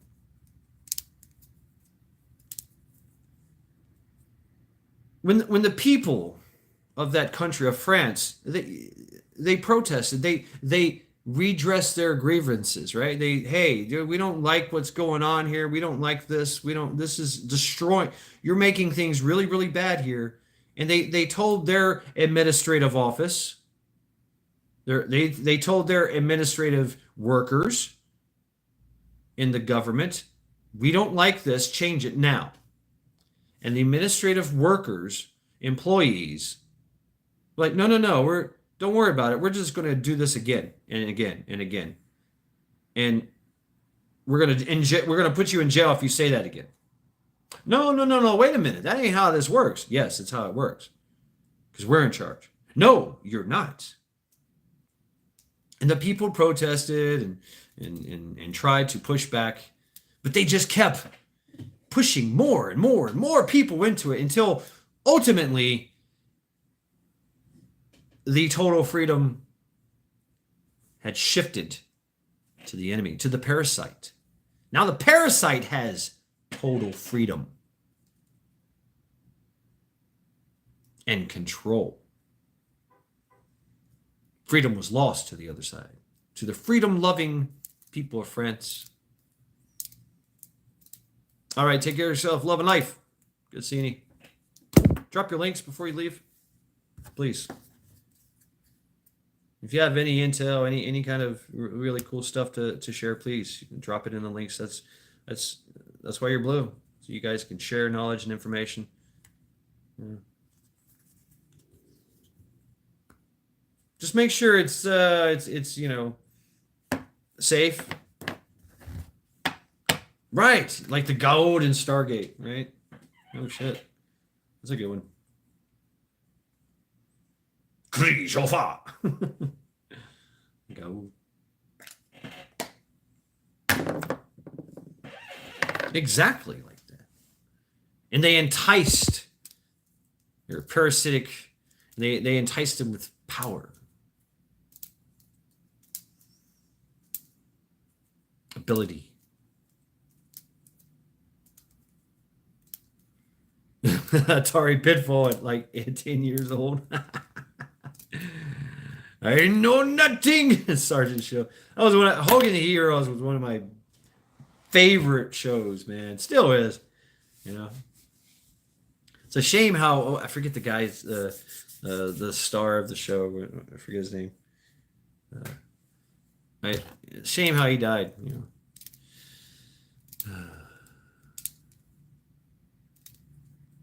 Bob Crane, yes, Bob Crane, yeah. He was murdered, and well, we don't know. Yeah, he led a very cool life, he was like the Martini Man. Hey, how you doing, ladies? All right, I'm Bob Crane. Nice to meet you. He was a player. He was doing the player thing, and then he wind up fucking dead in an apartment that wasn't his. And some lady that some Vegas what was she? Vegas dancer, showgirl was involved.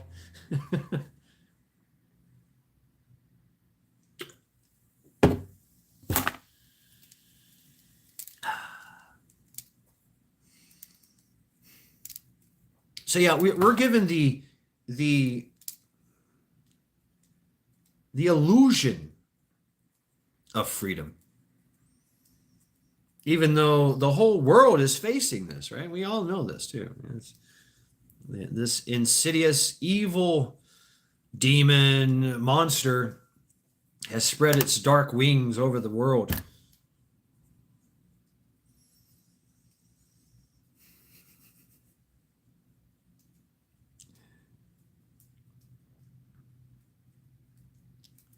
Colonel Clink, yeah. It was funny, at any point in time in that movie, that's pretty, we're going to segue into the Hogan's Heroes. Hogan's Heroes, if you don't know, was about, all right, take care of yourself, Wisconsin farm boy. Hogan's Heroes was a captured American, I don't know, a group of Americans, Army, Air Force, whoever was there in country at that time. They were captured by the Nazis, and the Nazis put them in a concentration camp, so to speak. And yeah, right, Sisters Marie. It was always in winter, always. No, I think you're right. I don't know. I think you're right. Ooh, Canadian. We were French and English too. But they allowed themselves to be captured so that they could set up a operating base behind enemy lines clandestinely. At any point in time, Hogan's Heroes could have wiped out everyone in that prison. Wiped them, just killed them all, assassinated everybody. Colonel Klink would have been shot. They had tunnels everywhere. They used to go to Colonel Klink's office all the time and steal stuff, and then go back in the hole. Remember the doghouse would move out and they'd come up running. Had a radio. Nose picking badass. Thank you. Hogan's Heroes had total freedom. Total freedom. But they knew that they had to keep up the illusion. Yep, right under their noses. Yeah. Great show. Great show. And the Nazis thought they had the superior. They thought they were superior in this situation there. Situation, location. They thought they were superior to everything, against all odds. And so they thought in their mind they could house a bunch of American prisoners, for whatever reason.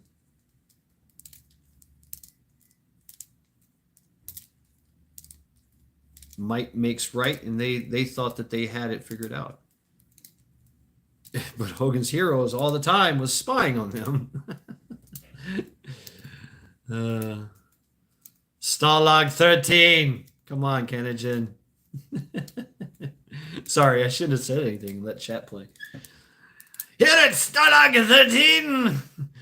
I always wanted an inocular. Hey, Steve.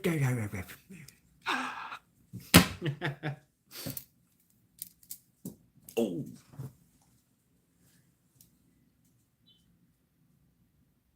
And we see what the total the pitfalls of their total freedom was. They did amazingly evil things. Experiments they did. The millions of people they killed. Lives destroyed. Nations destroyed. And they would have went unopposed in that world, in that society. Ooh, nose picking. Yeah, who was that? She worked in the who is she? Yeah. Wait. I don't know. She had like a Zsa Zsa Gabor look to her. She was a famous actress or something, right?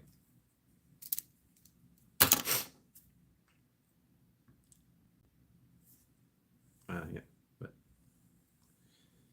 But not the Third Reich was allowed through Helga. Oh, Helga. Okay. Right, Sister Marie. They just played along like, yeah.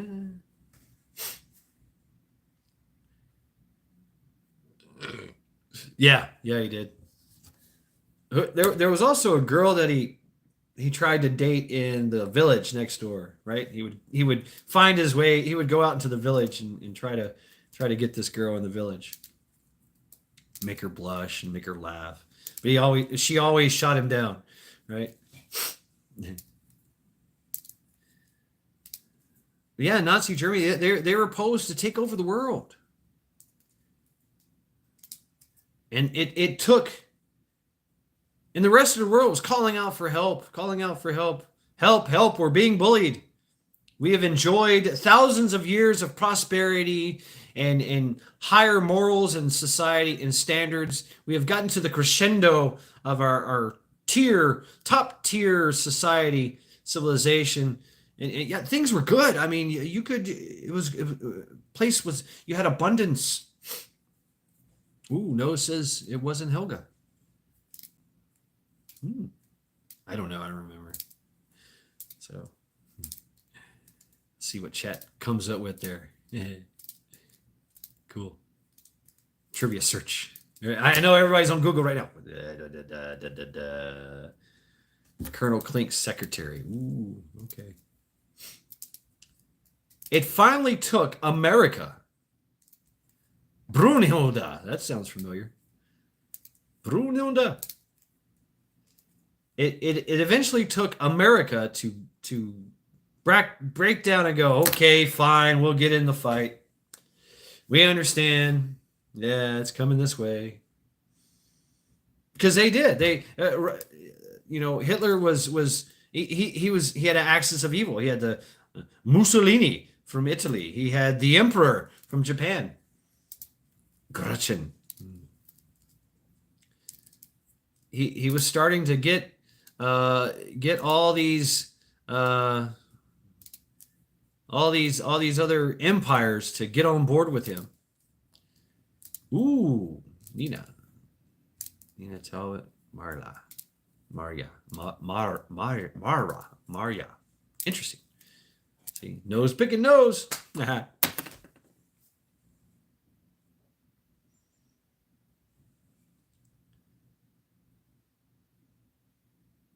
We almost lost that war, folks. You know that? We almost lost that thing. The Maginot Line. If it wouldn't have been for a few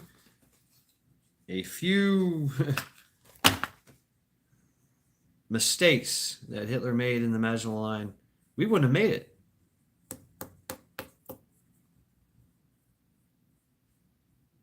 And yes, there is evidence that it was a created thing, that the regime was created out of thin air. It was worked. Because what happened to Germany before Hitler? There was debauchery. Come on in, all you Jews, all of you, come on in. Just have a good time. Don't mind us. We're gay over here. All us Germans, we're very promiscuous. Come on in. And they were set up. And everything got set up. And then finally, boom, Hitler comes on town. And then the brown shirts. And the brown shirts themselves were gay men because it was socially acceptable. And they created a class that they could marginalize.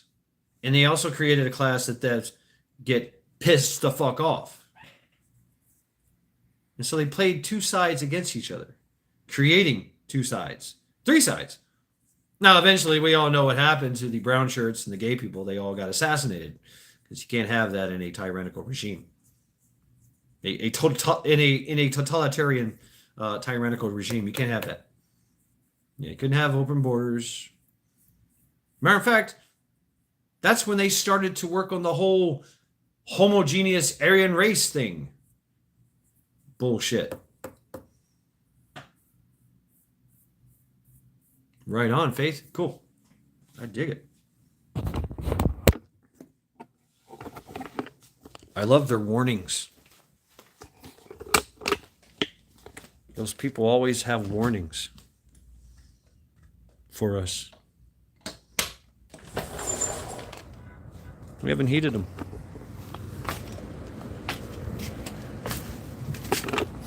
Oh. That's gunshots. Crazy bastards. They've started to do some fireworks and stuff out here.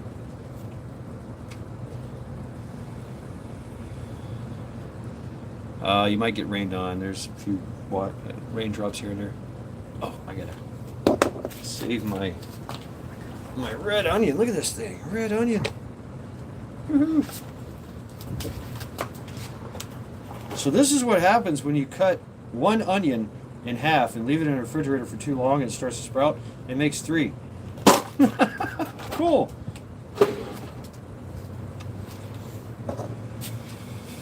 Right, Sister Marie. Different kind of firecracker.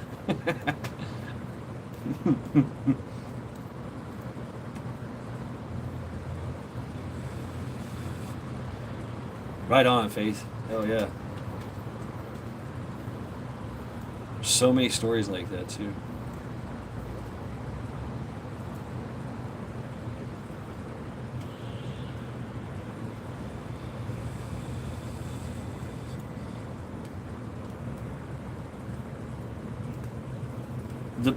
The pitfall of total freedom is eventually tyranny that we allow to happen. And then the history of it is now we got to fight to get out of it.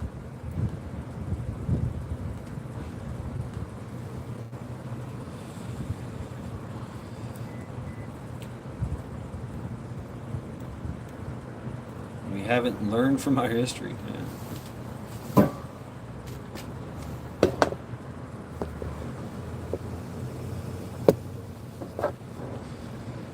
Wow, that's cool. Anne Franks, I remember reading about her. Right.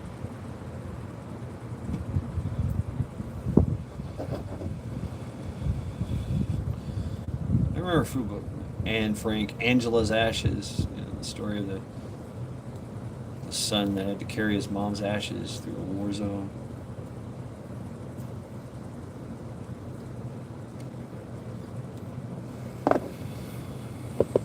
Right, Region 9. Yeah. Wow, Kennedy.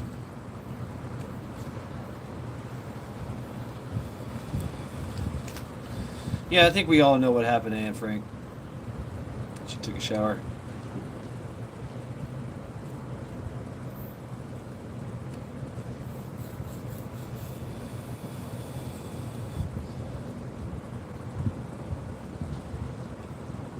And you know, we often wonder where are we at? You know, because hindsight's 2020. We know how this ends.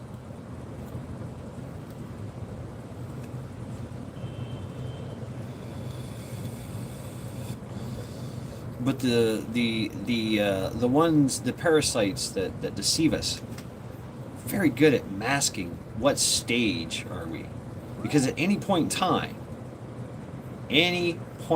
time, we can rise up and take over. We can rise up and squash that shit. We can stand up and punch the bully in the nose, and they know this.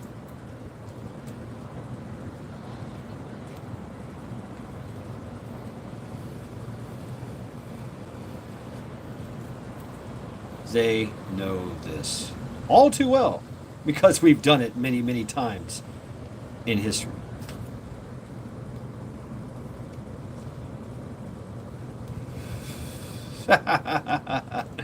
Absolutely nose picking.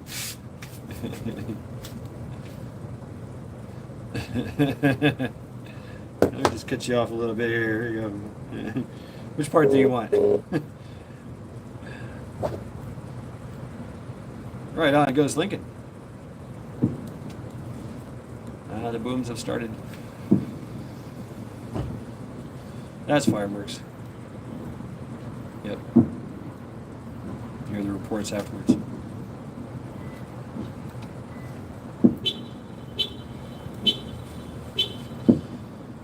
Make sure now. Watch, she'll hit the alarm button when she goes inside.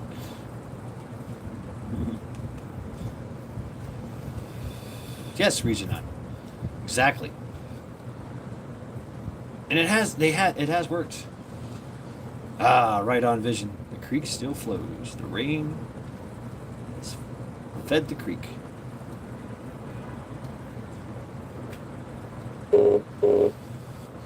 I do see sheet lighting in the distance. A lot of rain in Cleveland. Ooh, it's getting blasted.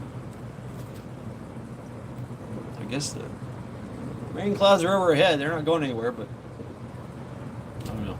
Let's see what happens.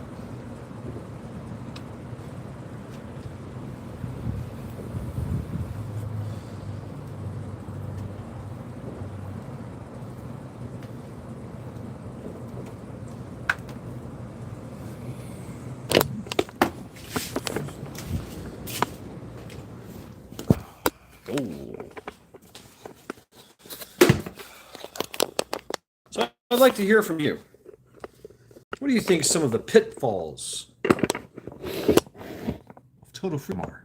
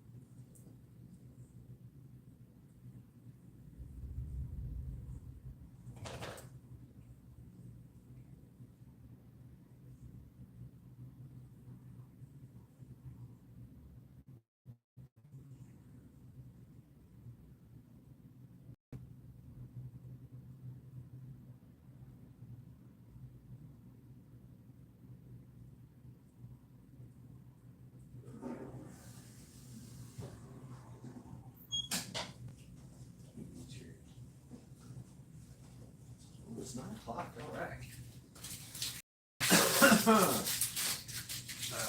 Pound of flesh. Well, actually, an ounce of flesh. Let's make it an ounce. All right, Jared. Here we go. All right. Smile for the YouTube community. Enjoy. Yeah. Majik. Vice and debauchery, my final answer. Oh, yeah. Old and punk rockers.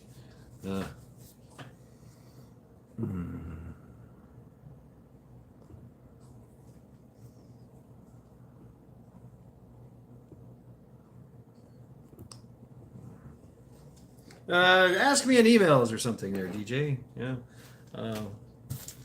My past is it's kind of irrelevant to this conversation, but kind of it is kind of relevant.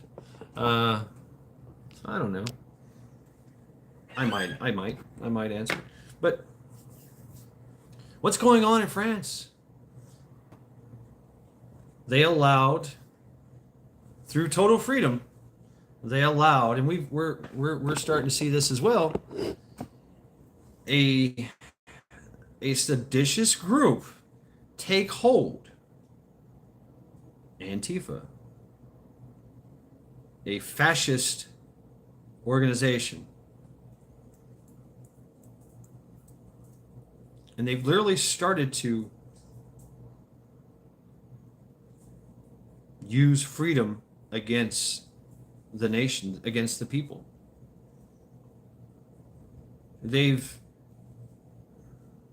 invaded the administrative offices that work for the people and started to exact their change and their will and intent, intimidation, coercion, lies, suggestions. It's working. They're doing what parasites do best.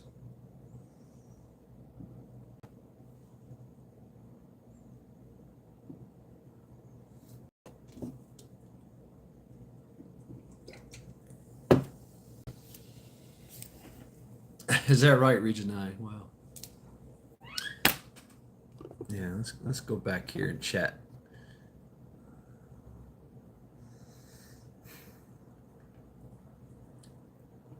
All right, I'm reading. And Frank, yes. Where chips? No. Space for rent, yeah. Creek still flows. Dusty Data, yeah, right. A common enemy, maybe the aliens. Vice and debauchery. Final answer: libtards and gay mafia, sellout traders, and pink-haired women who are not old enough to be or punk rock. Okay.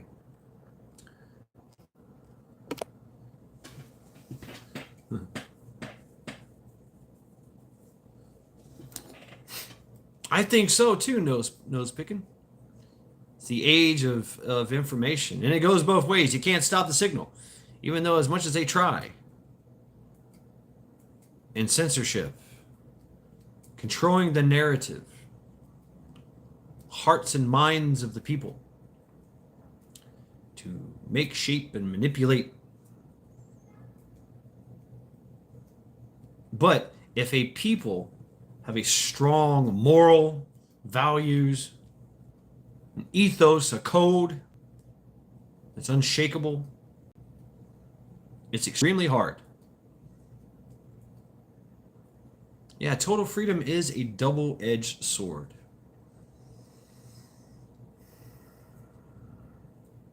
Damn, you're right there, Region 9. Bake a Leg is going live. If you guys want to check out Bake a Leg, please feel free.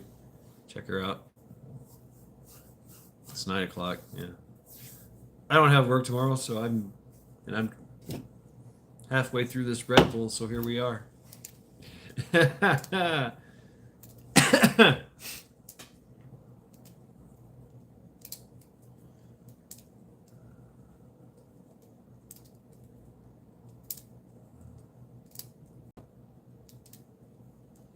Yay, holiday time.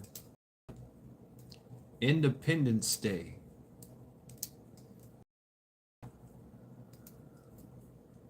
$17.76. Ganja.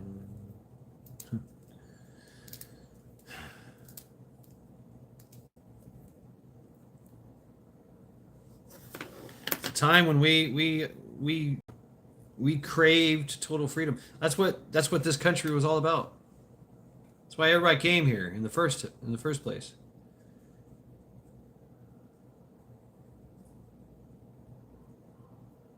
Right on, Region. Yeah. That means taking a very hard critical look at yourself to know who you are. Knowing who you are. A lot of people don't know that. They don't know who they are. They think they are who they work for, or what they do, or how much money they make, or how much influence and power they have, how much money they have. They are who their car is. Their car tells everyone who they are. A lot of people are like that. It's the American dream, the world dream, to be successful. And yeah, it's a good thing to be successful. It is. We have to be successful. If you want to do good, yes. See, it's all about the intent. And once again, it comes to morals and values. And the freedom to do that. Yeah, DNA memory. I really do believe in that. I have DNA memory.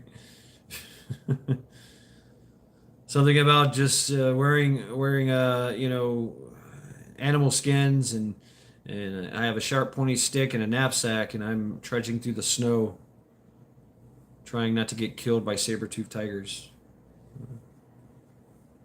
Failure is not an option. Shouldn't be an option. But it's a constant threat and a reality. And when you do ultimately fail, because that is a strong possibility, you have to realize that it's not the end, unless it is the end for you, because your failure is meaning your death. Yes, nose picking. That's true. Melody, bake a leg and let's dig it. Yep. I just seen the little thing come up. Region 9, right? Yeah. Time keeps on slipping into the future.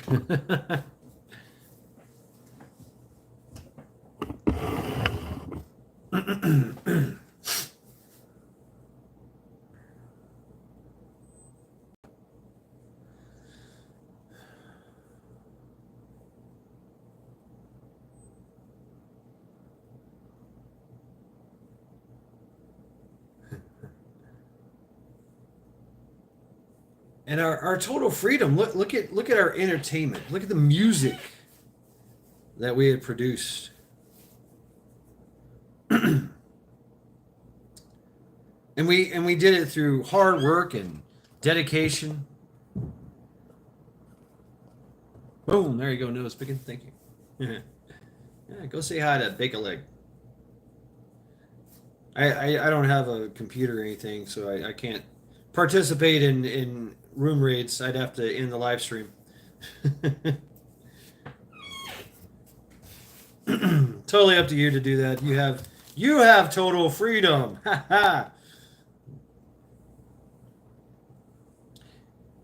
And so there is, okay, interesting segue. My chat, my live streams, you have a total freedom. I allow a certain level of total freedom. Or right, nose picking, another phone. Yeah, interesting. Yeah. I have like 5 phones going, 5 room rates. Interesting. but I allow a high level of freedom in chat. I think it's very important, even if there's discord, even if there's disagreements. You know, someone doesn't agree with someone, or they think that it's uncouth, something like that. Even almost to the point of disrespectful. I kind of allow it.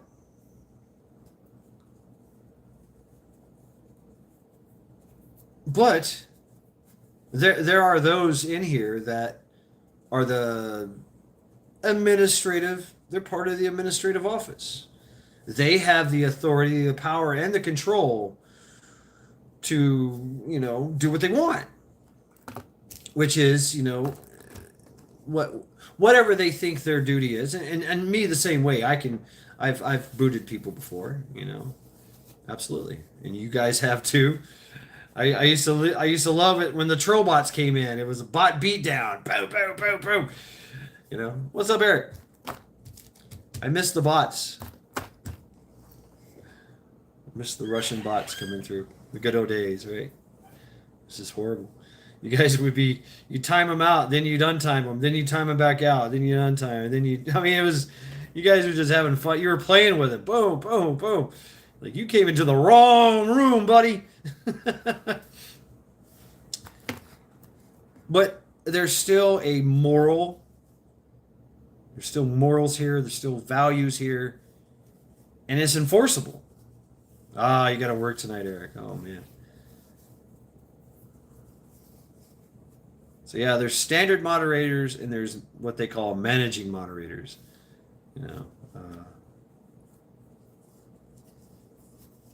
And everyone basically acts accordingly. You guys are awesome. Every now and then we tolerate an uncouth character or something like that to a point. Maybe I have to say something like, "Hey, don't be disrespectful. Just chill. Don't be doing that. Don't be being racist. Don't be being, nothing about chomos and all that stuff. Be booted out quickly." Tomcat, right? Yeah.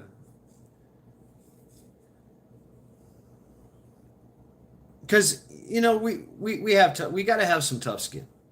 You got to be able to listen to some bullshit, to see this actually bullshit, and to be okay with them saying said bullshit to a certain extent.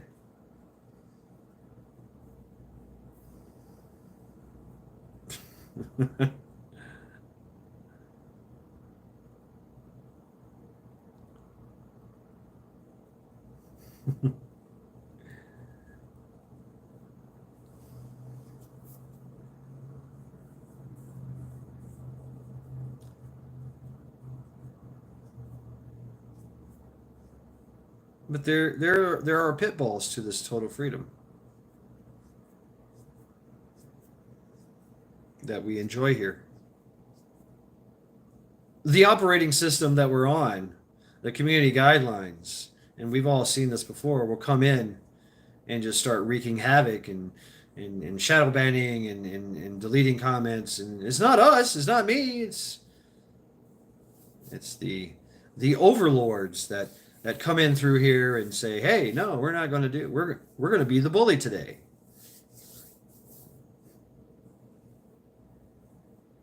So yeah, I walk a fine line here. I'm not monetized, and I think that helps. I'm not a very large channel because they continuously shadow ban. Oh yes, and let's do some housekeeping here. I've recently been able to get back into YouTube Studios. There's been a while since I couldn't get. Right on, nose. Oh yeah, cool. Thank you.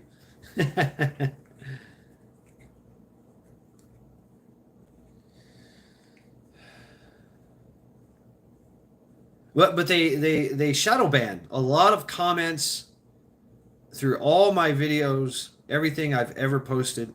I see literally there's thousands of people that have commented in the comment section of each and every one of my videos that I have never been able to see until now. So if you're getting a heart and a like from a comment that you made 2 or 3 months ago, it's because I'm going through YouTube Studios in the comments of in the section that says I haven't responded yet, because they hid it from me. Even though I've set everything to all, I want to see all comments. I want to get all notifications for all comments, all mentions, everything, and I get the shadow ban. I get the shadow ban, and then you get the shadow ban because now you've got on there and made some comment, and I never responded. I never acknowledged your presence. And see, this is a tactic. And those people go, well, fuck, you don't give a shit what I'm saying, so they move on.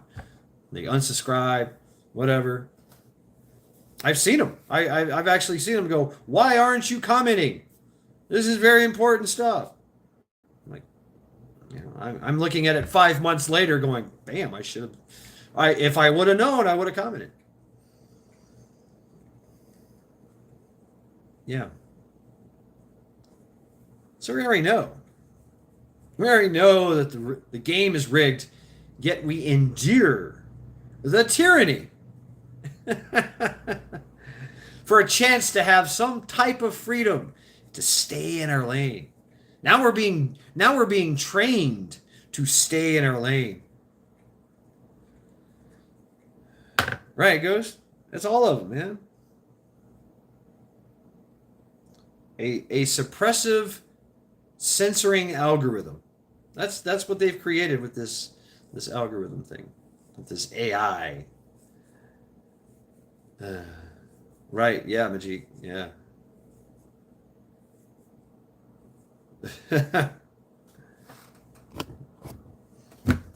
Yeah, nose.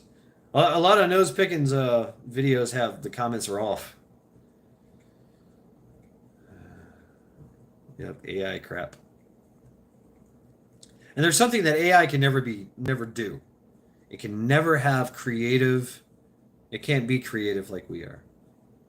We have creativity and imagination, which means we have creative ways to deal with problems and to come up with solutions, to create things out of nothingness but our imaginations. We can literally bring our imaginations and dreams into reality. AI cannot do that. AI is good at chess. AI is good at analytics. AI is good at what it's programmed to do. Like those Anunnaki parasites.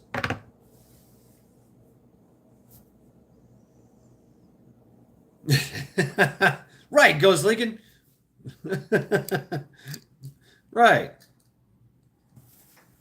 Everybody's amazed by what AI is doing. Oh, wow, they can do this. Oh.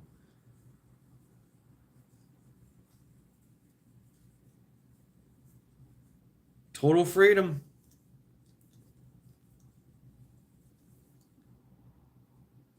Now we're enjoying a total freedom of imagination, creativity, where we're literally building. We are building a future that we know is going to harm us at some point in time. We know this. Come on, Terminator. It's going to happen. It's going to be abused. Something, all the all the they're starting to do it with all the shipping and receiving. The trucks are literally autonomous. There's no drivers in them, and they're going from point A to point B, carrying all these goods and services that have been that the AI deems necessary to be delivered and to be created and be delivered. They're literally putting AI in charge of food production and shipping and receiving and distribution. What could possibly go wrong? How many people have already been ran over by these trucks? These AI, these autonomous trucks.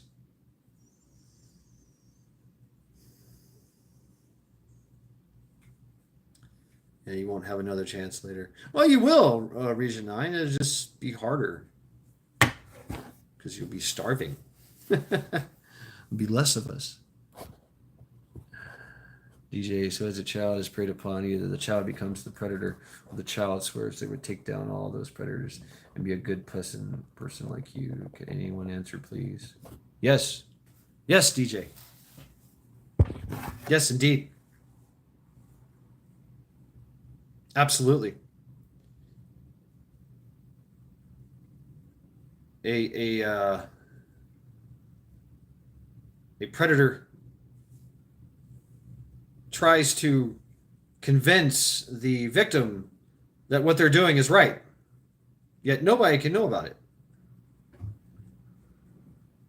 That everything's okay, what they're doing, which is totally evil and insidious. And the child mind is learning and has to learn this way. We're going to get a little dark here because this is exactly what's going on. And now that child is being groomed into this lifestyle. There are 20 to 30-year-old prostitutes that are walking the streets right now that got started when they were 5, 6 years old. It's all they've ever known. And some of them become in charge and move up in the ranks of this parasitical and evil empire that is hell-bent on destroying society, one child at a time. Exactly, Region 9. Yep. Pump up your drug supply. Pump up the sexual deviancy. Total debauchery. Total destruction of a society. Destroying its morals, its values. Destroying its will to fight. Humiliation leads to submission. That's what the tyrant does. Constant humiliation.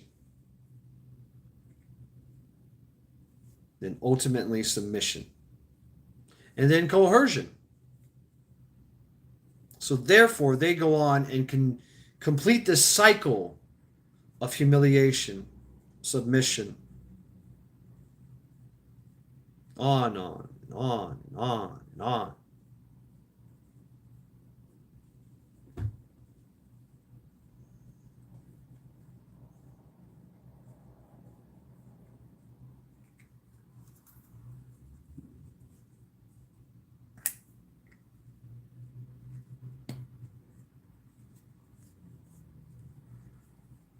That is one of the pitfalls of total freedom.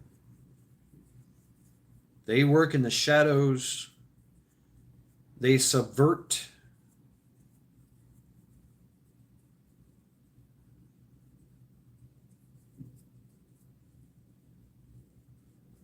What's this, DJ?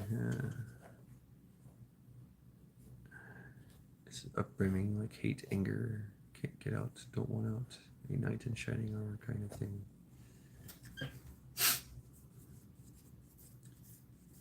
Well, how does a slave fight the system, DJ? Something happens, yeah. A knight in shining armor comes along. And it could be any knight in shining armor. They could be just observing it. You know? A man steps up and protects a child from a bully that somehow ignites the moral, ignites the intellect, and awakens the sleeper, the sleeper 20-year-old whore prostitute that got started when she was 6 years old. Who was that little kid? Now she's like, whoa, she has an epiphany. Oh my God.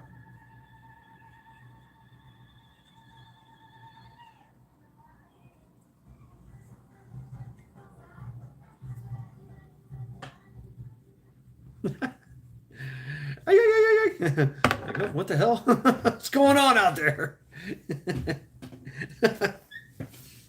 Hey, we're trying to have a little moment here. How dare you have fun out there? Oh, such fun. All right. Of course, I'm in top chat. Of course. And we see this. We see this grooming insidious parasite in every aspect of our entertainment. We see this now, which is even worse. And why we allow this to happen is in our school system, in our kids, in our social outreach programs.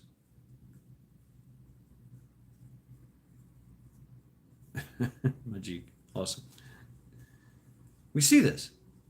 We see this parasite making its way, encircling us, building a wall, a prison for us. Yet we believe we stand strong and defiant because we have total freedom. Get the 1A, the 2A, the 3A, the 4A, the 5A. How many is it? 14 A's?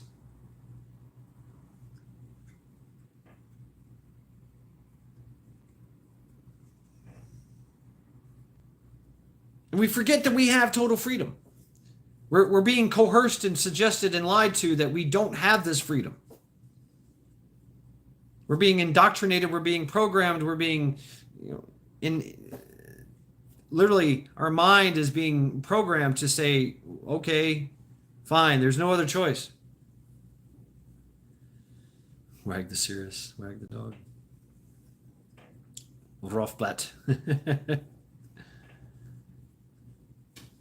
We're being told we can't do what we want to do. We can't be free. But you're free. You have freedom.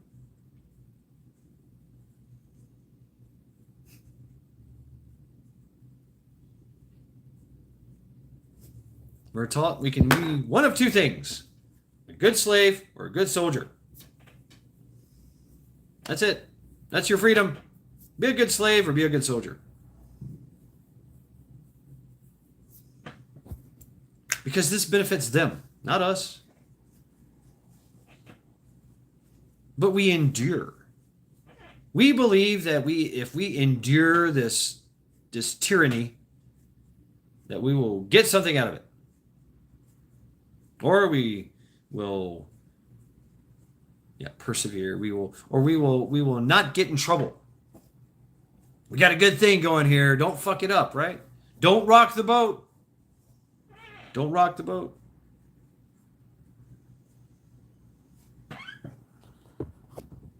Yeah, Tomcat. But see, it's growing. It's growing. It's absolutely growing. All over the world is growing. This thing that this Lee Jorge Floyd movement that's going on. I forget this 17-year-old criminal's name. They got a picture of him running around. He's got a freaking Rambo knife, knocking on people's windows, robbing them and shit. Anyway, yeah, this guy, this kid, they got shot. It's unfortunate, but he was trying to ram.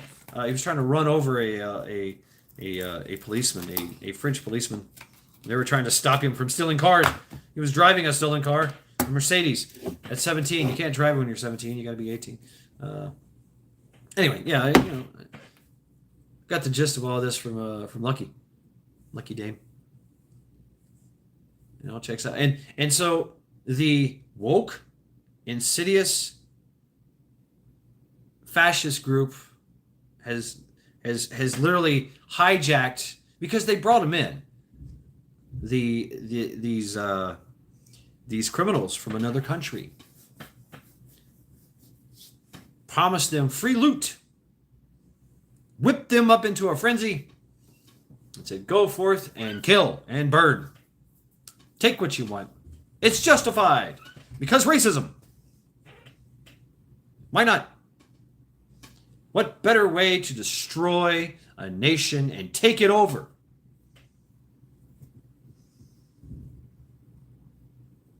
Hear the booms in the distance. Boom, boom.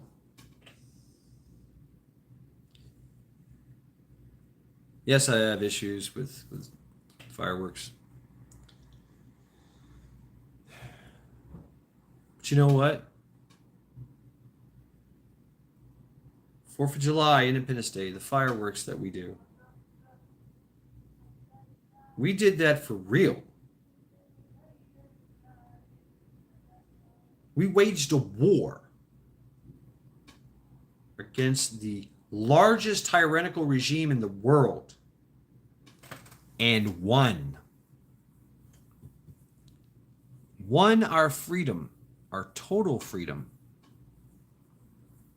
Freedom from tyranny.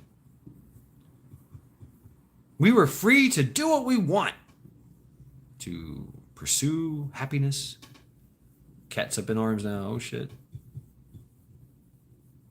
All right, Majik, I guess we'll have to pause the live stream for you. Yes, outlaws. You know, the word outlaw. It's an interesting origin story. Outlaws, outlawers, with outlaw.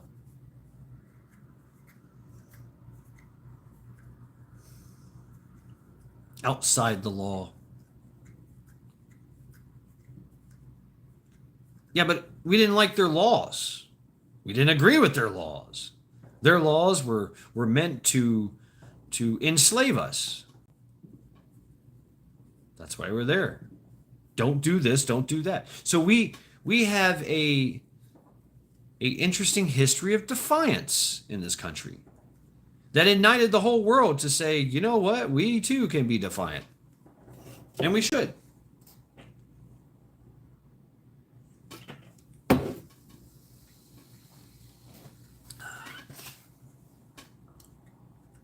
Okay, so outlaw comes from the Norse, right?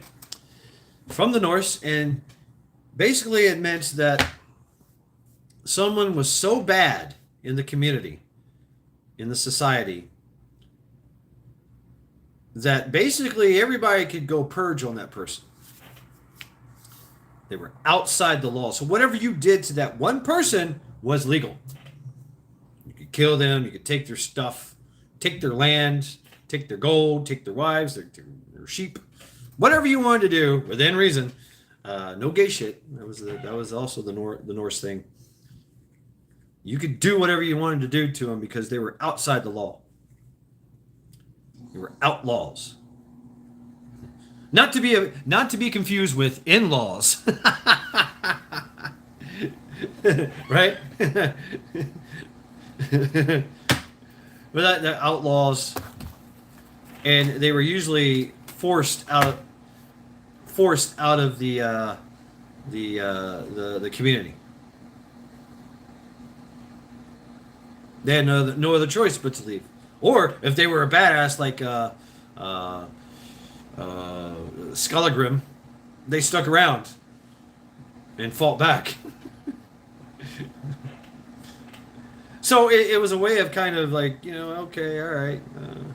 Eventually he got pushed out, but he had to leave. But then he came back and asked for forgiveness. And, you see how that works. Anyway, the concept of outlaw was different. Nobody went. There was no cop. There was no sheriff to go arrest anyone. They literally just said everything is legal. You want to do that, person is legal. They're outside the law. They're outlaws.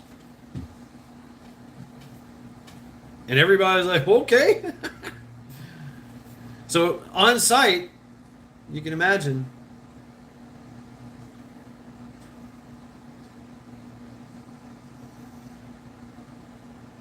When a government When our administrative workers start dictating laws to us, there's a problem. They have total freedom now. Flying monkeys.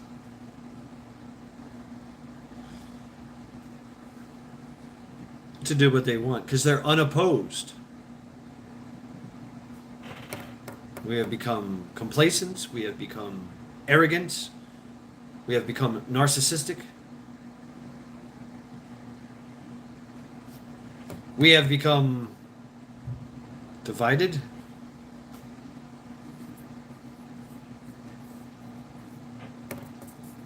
A nation divided cannot stand and will eventually be conquered. No nation stands secure. It's constant vigilance against this pitfalls of freedom. And hey, our founding fathers tried to tell us. Maybe we're waking up. I think we are. Yeah, right? I should have talked about that, Region 9. Leverage. I think I have before. Reach and leverage, I think I have. It's in my archives. Back when I didn't have so much, mush brain.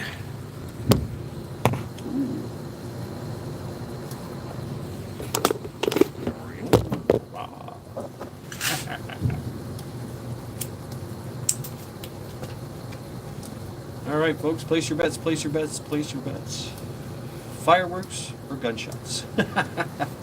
Let's play a game, shall we? Fireworks or gunshots?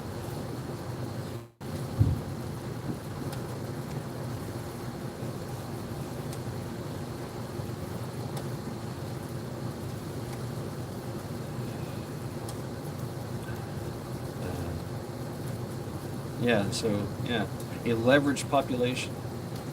It's total freedom. Yeah, KP, you're both right, both.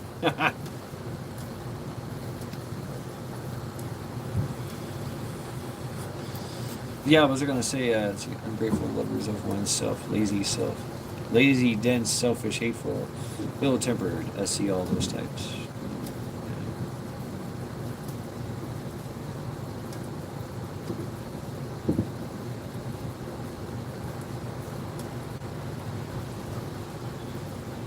But this display, now here's an interesting fact, is that fireworks were illegal.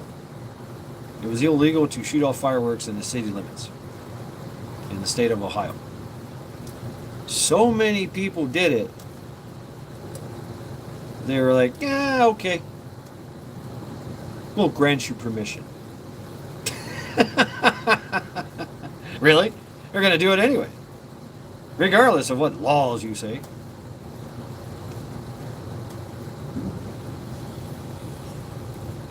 It's part of our tradition of defiance.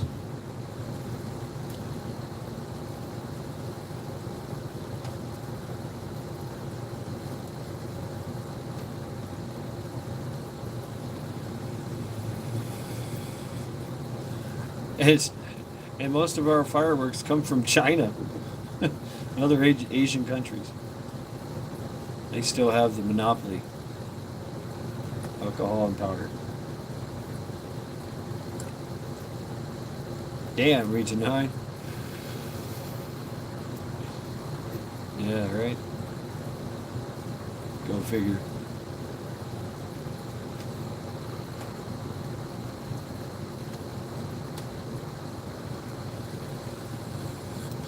I remember this somewhere. It's like, you're not a good American unless you break at least 5 laws a day. 5 laws, rules, and regulations. You're not a good American unless you break at least 5 a day.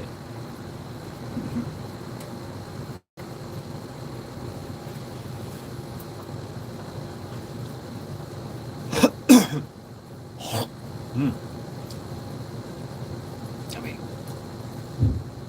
Ooh, big one. And this is what we did.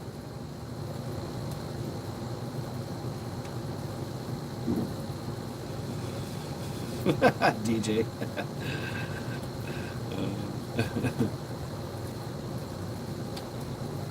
I remember that conspiracy theory that China had put chips in everything that they put over here, and they had little transponders and little mini nuclear explosions, and they just hit the button, and you got, you know, 10 billion explosions. You know.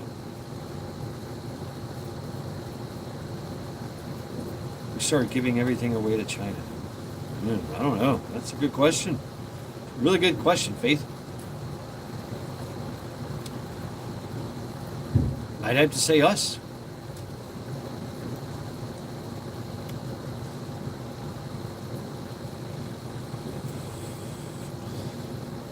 In a consumer based a consumer dictating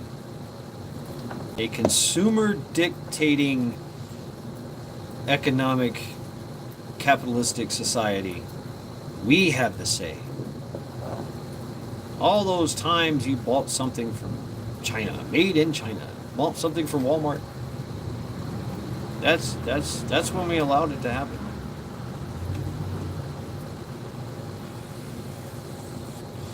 When we stopped making products from America, when we stopped making things, when we stopped buying things made in America.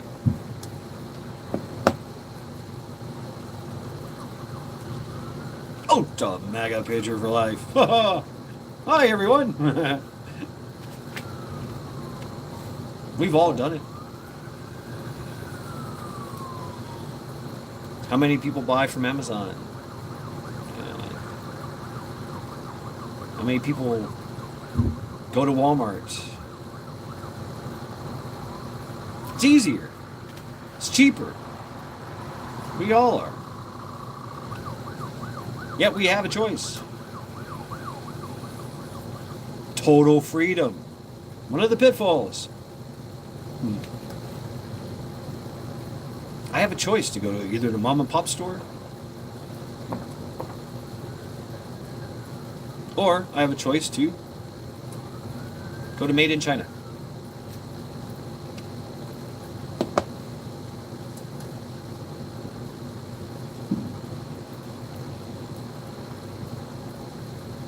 DJ, wow.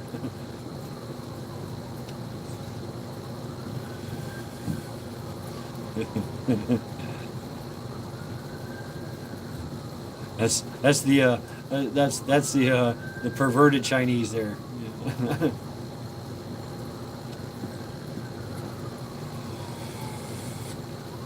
So make one.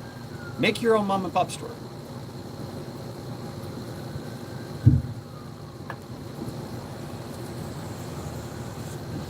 Ah, right, Parabellum.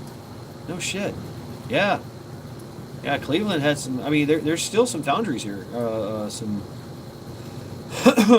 There's a plating company, but they're just like they're a shell of what they used to be. And of course, you know about the steel yard. The steel yard. There's still that big steel yard there that they still operate. But you know, I know steel. But oddly enough, and ironically enough, it's also the number one place in the world to get carjacked. There, Lowe's, Home Depot, Walmart. There's tons of little places there. It's a huge parking lot, and it's a good chance you could get robbed, and a good chance you could lose your car. You know, just get stolen. You know, right there. And there's freaking cameras everywhere. There's you know all the contingencies, right? But the steel yard is probably the worst place in Cleveland to be.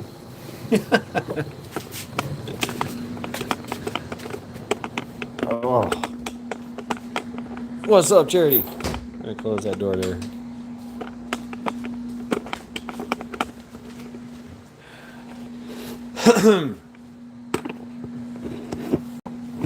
Oh yeah. Yeah. Parabellum, you're here in Ohio. That's right. Yeah.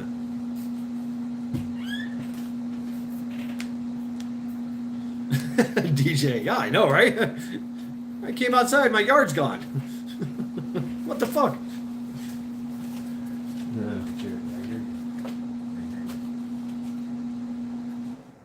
chicken feast later.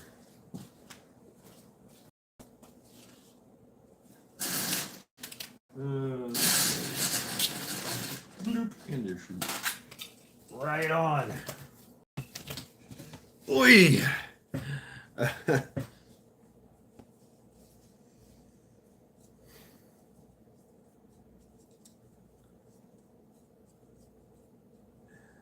I get it if I want you on a smart TV. That's also why it's all with digital 2008. Can be, huh? Found your missing drumstick. Oh shit. 3 weeks later.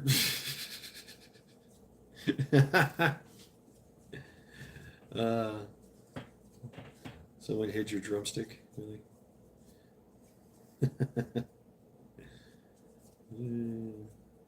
Fell behind a box. Oh, you're talking about a drumstick, like. Sonia, how are you doing?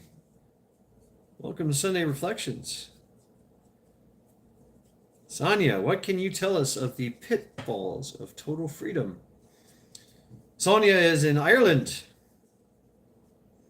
Welcome, Sonia. Much love. Good seeing you.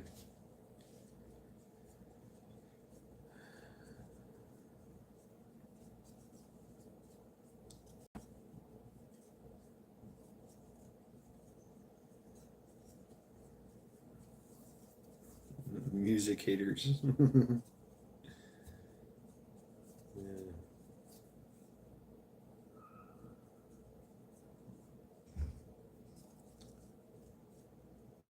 We've allowed the insidious parasite, because of freedom, because of tolerance. Aaron go bra. Yeah, please tell me, Sonia, that the Pog Mahone spirit is still there in Ireland. Please tell me that.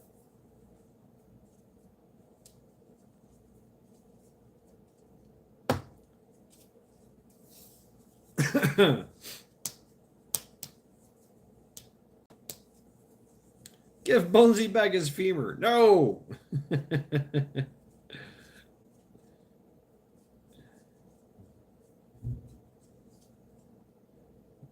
Faith does indeed take you far. Yeah, Sonia, Faith is new. Well, kind of. It's like her second time being here. I don't know. Faith, I assume you're a female. I don't know. I assume. Do I assume too much? I don't know. Totally up to you to tell us if you are or not. DJ, I know freedom is not free, and the one generation needed to be rid of freedom is in school now. They will graduate, then kill and eat us. Yes. Right on, Faith. Yeah, I just assumed. I got to work on that video operation, Bonesy. Oh shit. Get some, KP Heathen. Hell yeah. The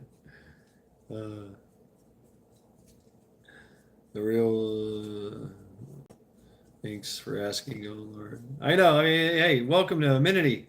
You could have said, "No, I am a man. I identify as a toaster oven." I don't know.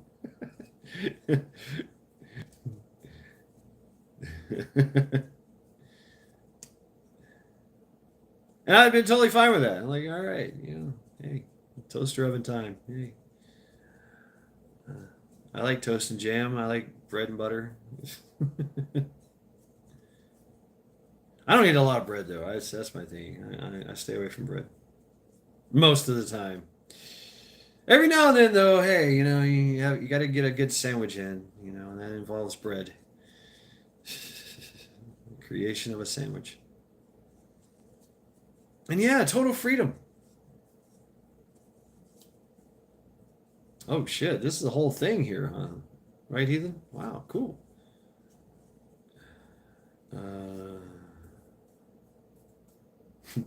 Really, Tomcat? Oh wow.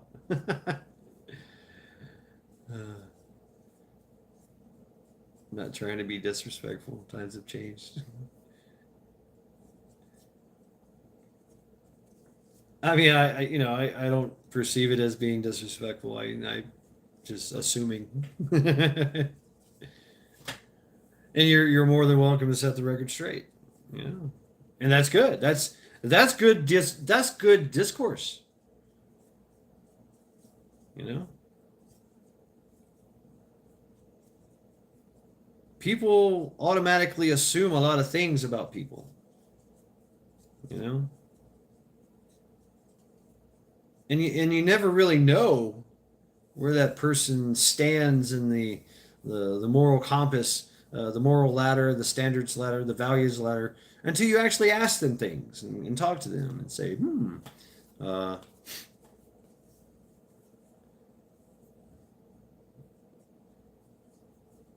I agree and disagree as well, heathen.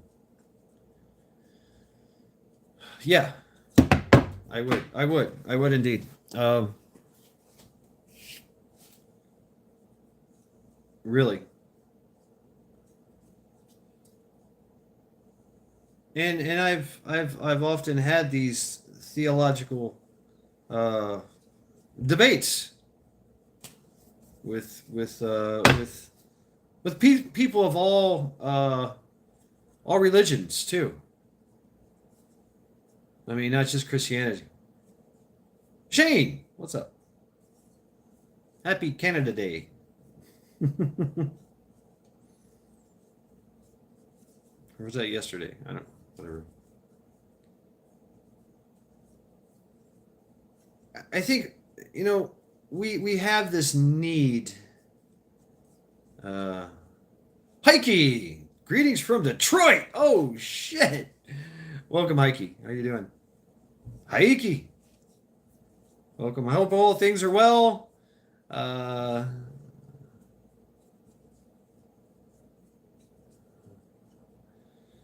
I love and respect everyone. I do. I feel bad, when they leave or something happens. But there's also that whole, you are the cause of your own suffering kind of thing. It's like, well, you kind of caused your own suffering there, buddy. You get what you put in it. You decide what, life is like a garden, so to speak. Life is like a garden. You decide what you want to grow in it. You want to grow reeds, you want to grow flowers, or you want to grow fruit, trees that bear fruit.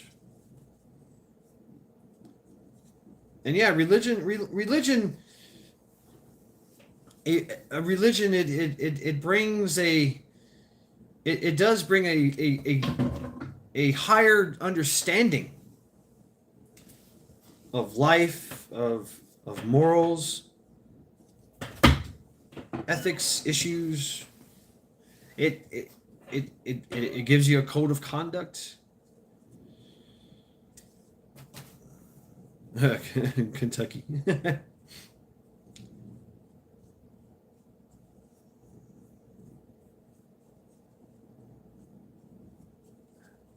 Figs. Now we're talking about figs. Yummy figs. And we see how total freedom in the financial world, in the capitalistic world, we see how what amazing things have came out of that, right? Your garden's a parking lot. Damn, Shane.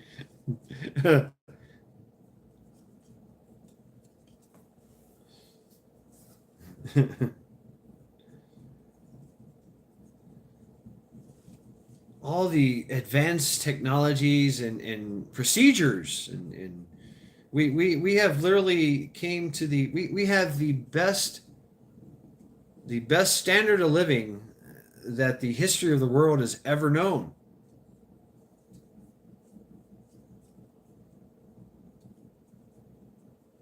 And that's through total freedom. Mm-hmm.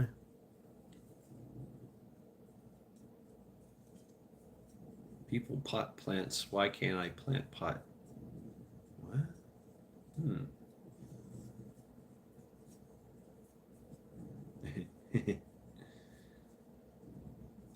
But once again, the pitfalls of total freedom.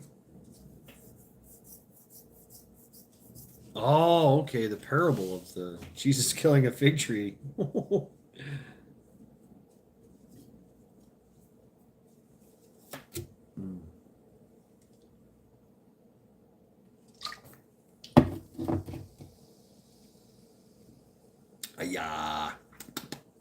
Tasty.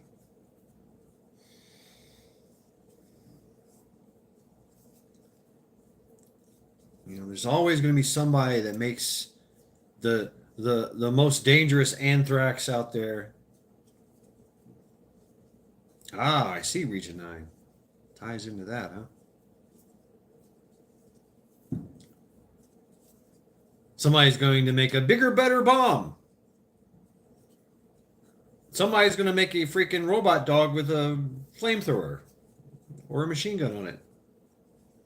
Somebody's going to make a swarm of drones with hypodermic needles that can pinpoint accurately put one in someone's neck, and it's full of a poison that kills you instantly. Yeah, that's the thing.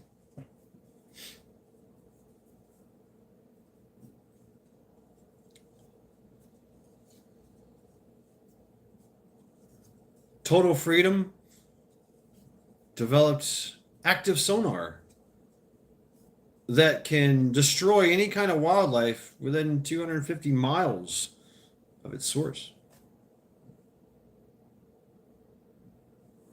The Navy, man. The sex robots will revolt. Ah, like Blade Runner, huh? Yeah, that was interesting. Yeah, now we have this transhuman. See, this is all going towards transhumanism. The transgenderism leads to transhumanism. They Rough Black. We had him up on the wall. Wow, worm collecting. Oh yeah, Shane, cool. If you build it, they will come. You're talking about the sex robots, Majik?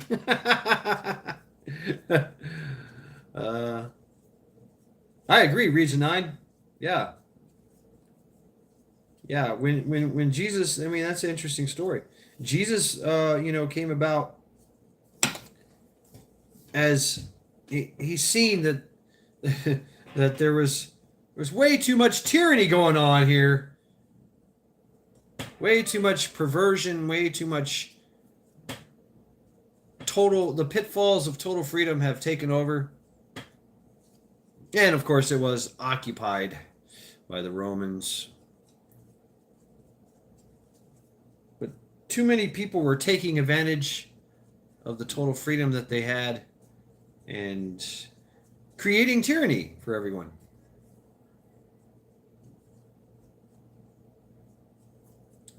So yeah, he was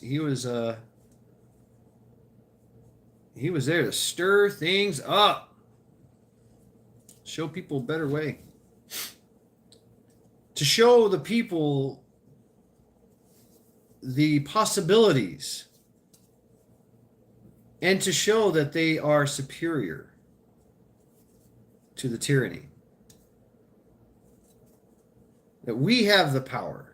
Kingdom of heaven is inside us, that kind of thing. Boom. And he understood that it would take his death, gruesome death, to bring this message home. Talk about a total sacrifice.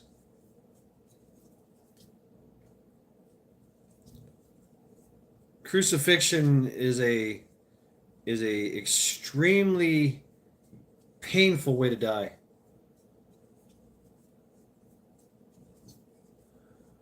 I mean, I don't know, Tomcat, but hey, if the video game Doom becomes true, and scientists have figured out a way to open up a portal to hell. And all the demons and demon lords are unleashed upon the world. Then it's time to kick ass and chew bubblegum. All out of bubblegum. Where's my plasma rifle? CERN. I don't believe CERN is any type of portal maker. I think that because CERN, okay, what they're doing there is absolutely amazing, but as far as what goes on. They're doing the exact same thing that goes on in the universe all the time. Particle acceleration and slamming into another particle. That happens on a grander scale in the universe. That's how gold is made. That's how our elements are made. Iron and everything is made. Is through this particle acceleration and in infusion and destruction and creation over and over and over again. Through black holes, through stars, through immense gravitational forces. That's how all this is made. And we have just literally figured out a way to do it on a very small scale, one particle at a time.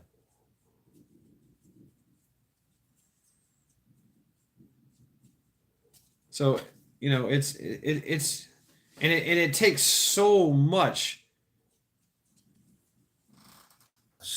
energy to do this. Heike, take the jab, stay inside. Give up your guns, teach children sexual perversions, no oil, no inflation, high inflation. Wait, blow money. It's all the fucking Democrats.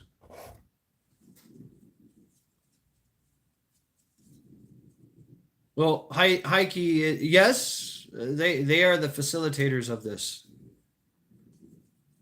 But it goes deeper than that. It goes way deeper. Ooh, man. Yeah. And it's something that we've faced in history. It's the pitfalls of total freedom. Because there's always going to be some parasitical nature, some parasitical entity that tries to take over, that tries to use total freedom to their advantage for insidious nature. That's total slavery of us all, of the host.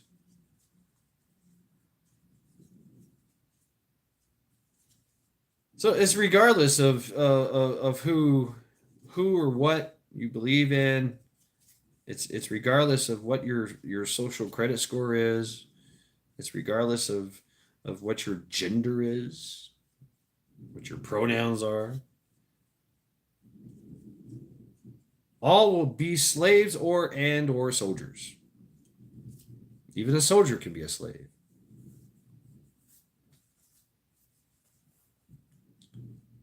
But I think we've gotten to that point in our evolution where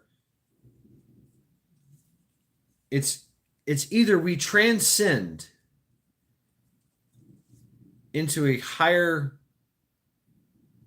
we transcend and evolve as a human species, which would mean the downfall of the parasites, of these elite occultists, of these unmoral, evil, debauchery things that have plagued our existence from the beginning of time. It would mean their downfall. So they're fighting back.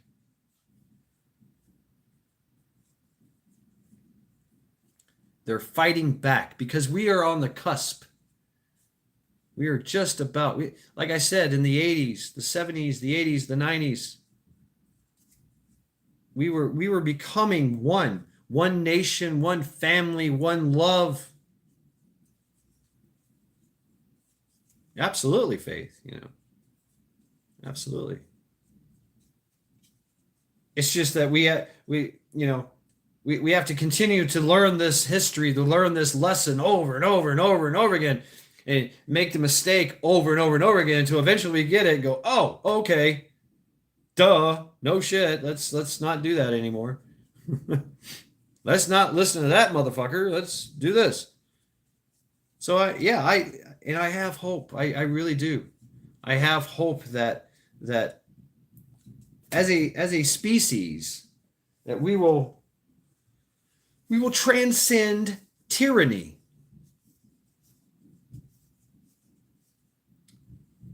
And that's why the parasites that be, who wish to be in charge, that's why they sell what they sell. You will own nothing and be happy. What a great thing it is to get the chip in your hand. What a great thing it is to get the jab. Trust the science. Ooh, they are tearing it up out there. This is for the greater good. You should have hope. Never surrender. Triumph. Damn it. So that's why they're selling it. That's why they're masking it. They're advertising it as a good thing for, the climate change, the ESG. What is your environmental social credit score? What is your carbon footprint? You got to save the whales, save the snails, and save the birds. And I'm trying to quote George Carlin, and I'm doing a terrible job of it. And all it is a vice, a grift, a manipulation away from the real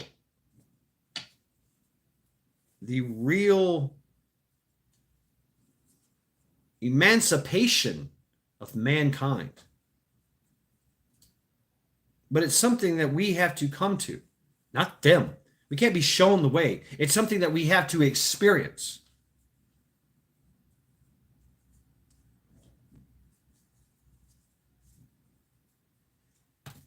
Yeah, Tomcat. The rest are coerced into it, or intimidated, or tricked into believing that there's no other choice.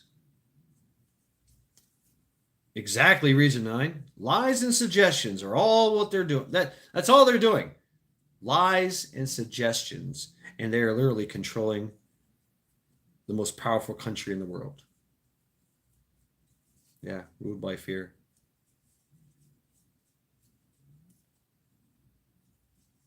And that's why we have these oppressive rules and regulations and fines and penalties and fees.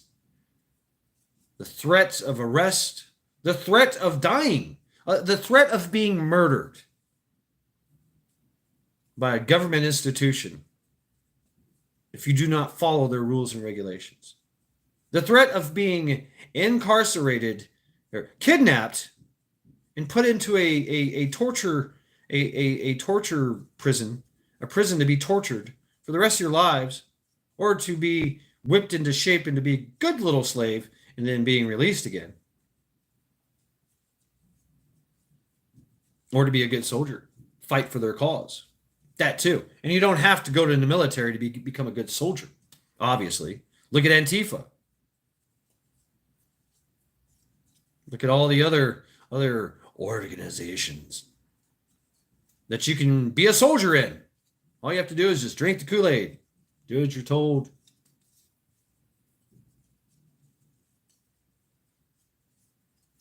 And they'll teach you. They'll teach you the ways, the insidious ways of the parasite. Because once again, the parasite has taken over the minds of the willing. And they did it through sex. The promise of total freedom. And it's a perversion. Yeah, right, Faith? Harris, Soros. Yeah, of course. Yeah. And they too have been indoctrinated. I call them elite occultists for a reason. Because they believe in some very sick, twisted shit. Adrenochrome. That's a thing. They believe that drinking the blood of a terrorized baby just before it dies gives them some type of power. How fucking sick is that? And then it's okay to take the baby and burn it. Because that's what they got to do. They got to burn it. They got to offer it up to the god. Yeah, it's their religion, right? And they don't call themselves Satanist. They don't call themselves the Luciferians, but they use all that. They use all that to entice and to pervert and to grow their army. Their army of minions, of evil little minions, faceless little minions. And we've seen this in media, throughout media, in the art world, in the entertainment industry, in the fashion industry. All of it. I can't listen to the music today with any kind of, they're all been, they've all drank the Kool-Aid, and they all push the narrative. They believe, and this is what they believe, and it's maybe there's some, I know it's a psychological thing, but it's a magic that they're practicing, an ancient magic that some insidious parasitical evil human being hundreds of thousands, I don't know, maybe a few thousand years ago figured out that works.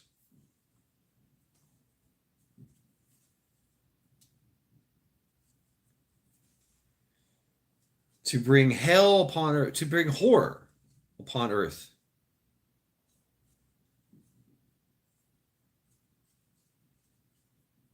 To destroy and enslave. That's their only goal. That's what they want. Total power and control.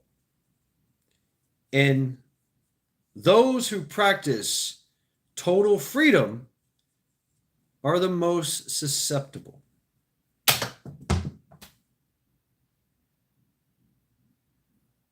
They're the ones at the most risk.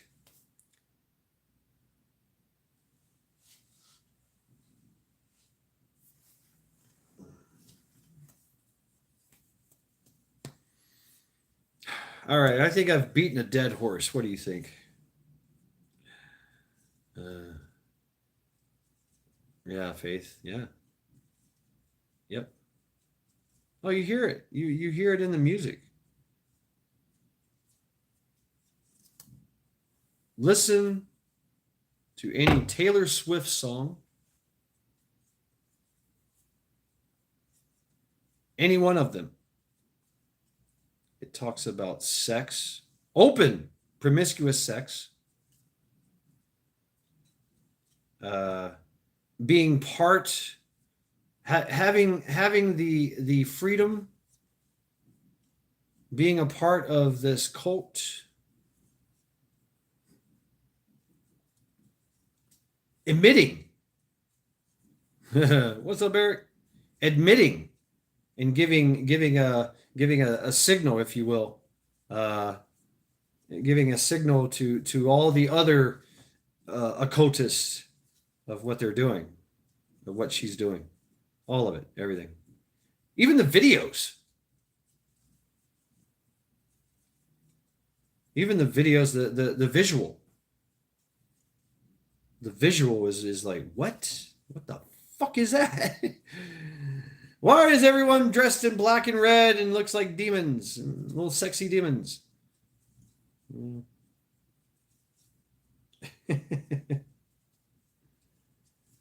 Yeah, right on, Faith. Oh yeah, that's Taylor Swift.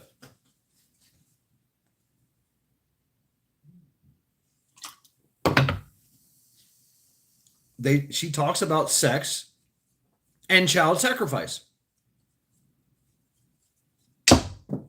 No shit.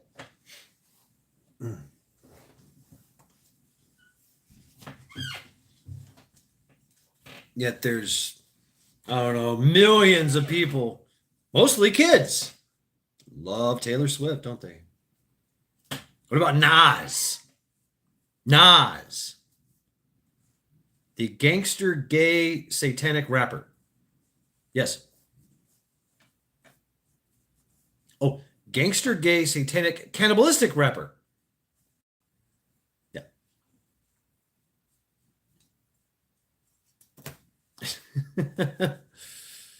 Yeah. Yeah. And what is the message that they're getting, Faith? You too can be like Taylor Swift, promiscuous and beautiful. Do what you want. It is not just little girls either. Little boys too.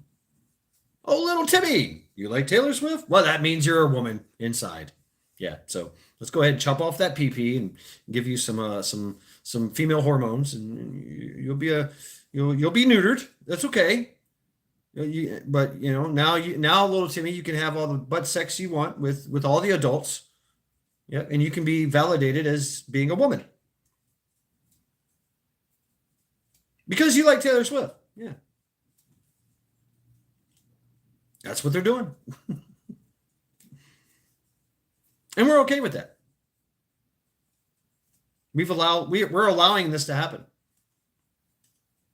Oregon, it is now legal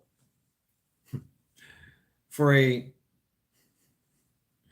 right, Majik, poor little Timmy, no lunch money, and now this. Now it's legal in Oregon and I think California and somewhere else where a literally a runaway child can run away from home,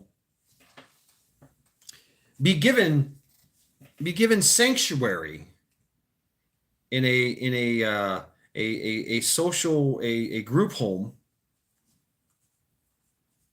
given what they call gender affirmation medical care. That's what they're calling it. Gender affirmation medical care, where little Timmy can say he ran away from home because mommy and daddy didn't want him to be Tiffany at 9 years old. Because little Timmy was in school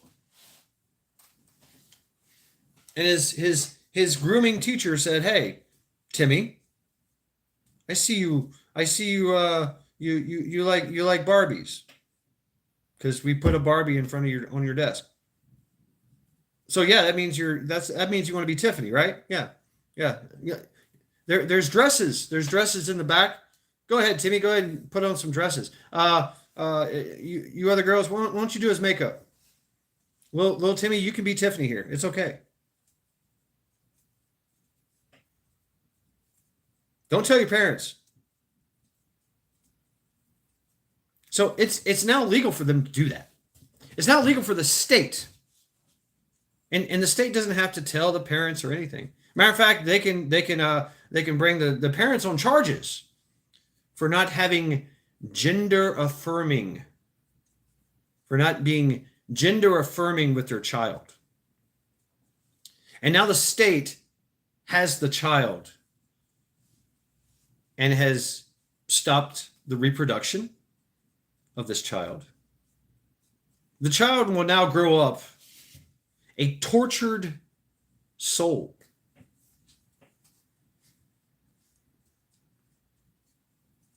One that's been groomed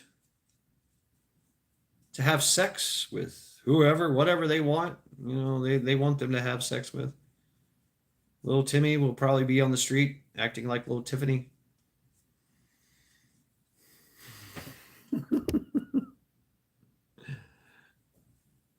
Failure in Americanism.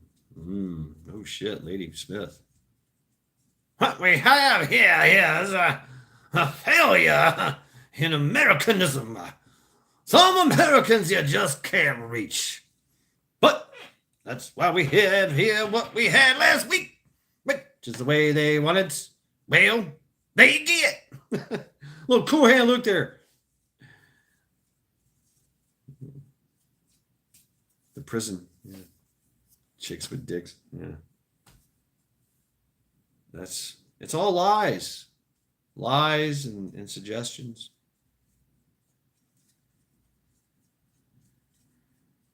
But you know what? Those elite occultists are like, oh, yippee. Now they get to have little Timmy with Tiffany. Yeah, whatever. Yeah. Population control, exactly. And little Timmy will never grow up. Will never grow up to be a man with morals and values, with the will to fight, with a will to fight their tyranny. Because that's the thing. Those who have high moral standards and values as a people produce a family unit, a mother, a father, a son, a child,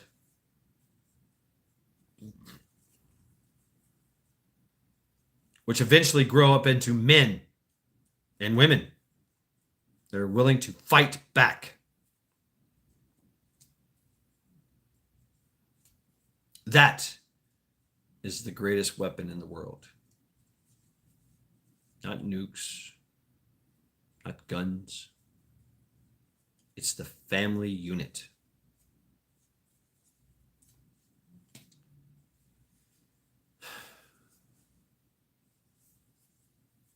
And we've always known this.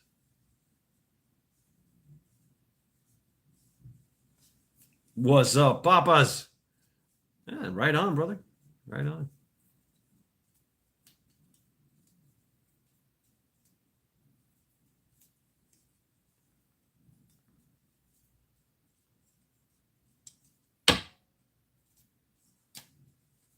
Even though I'm not Christian, I have to admit and I have to observe that this country was based on Judeo-Christian values. What's up, Bob? How are things? And we're just talking about Oregon. Yeah, we were just talking about Oregon.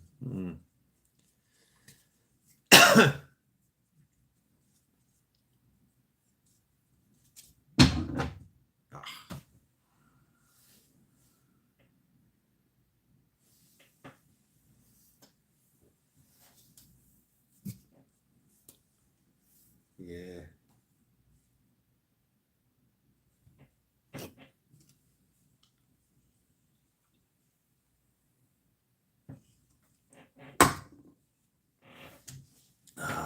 Little tummies.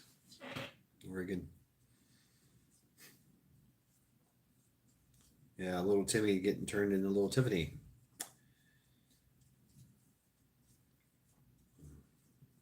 That's a deep one. My bad. All right, Region 9. Cool. Pay your rent, hit the like, hit the thumbs down, fuck you, the Mad Chad way. I mean, I don't care in this Sunday Reflections. You do what you want.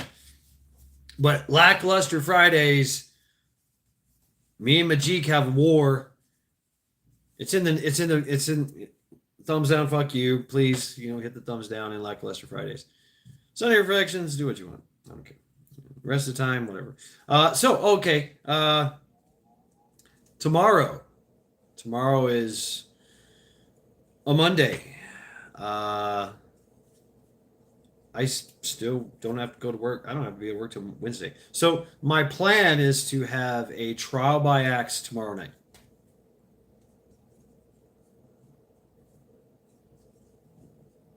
Right, Majik. Yeah. And talk about a dangerous freedom, that symbolizes the war we had.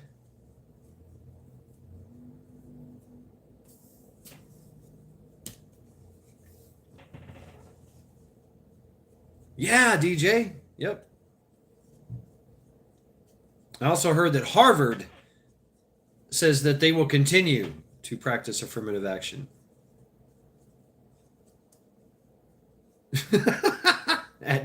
Ad check. That's right. That's right. Tomcat, right on.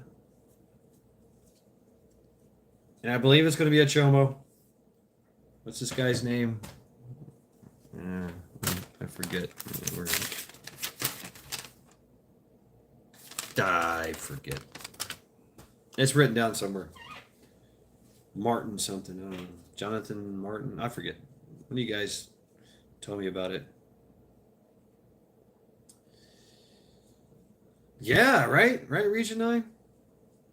Slave trade, the drug trade, the oil trade, the pharmaceutical, big pharma, turning poisons into medicines.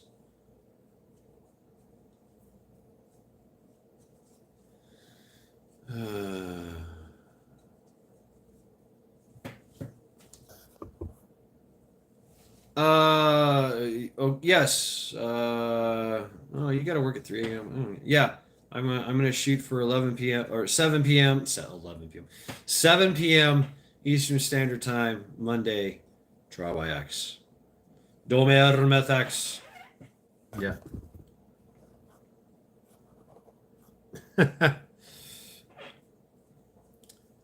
Yeah, I think so. KP Heathen. Yeah. I mean, and then Tuesday, 4th of July. So, uh, Tomcat. I'm winning this time. That's the spirit. Never say die. Never give up. Uh, ooh, Cherrywood. Nice, Bob. Nice. I'm trying to remember who this fucker is. It's some chomo. Jonathan Martin. I forget. I got it written down somewhere. What's up, Pete? Welcome, Pete. Please feel free to tell us about the pitfalls of total freedom. It's the subject matter. Victoria Newland, I think we did her before. Real name Noodleman?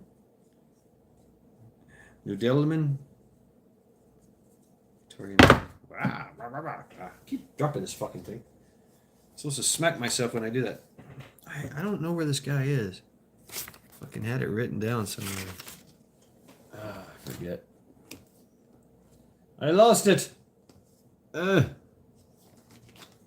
is this? I'm just gonna pull all this shit. It might fall down, but hey, whatever. I don't know why.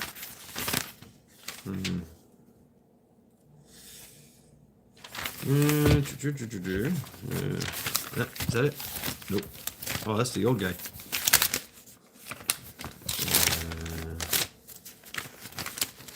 Fuck, where is it? I had it written down.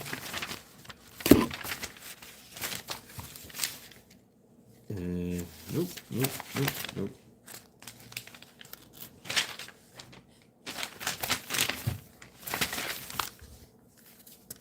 I have so much written down, man. Oh, I found that. Okay, that's cool. I lost it. Whatever. I have to find it again. Around here somewhere. Oh, some kind of. It was a powerful chomo who needs axing. Definitely needs axing.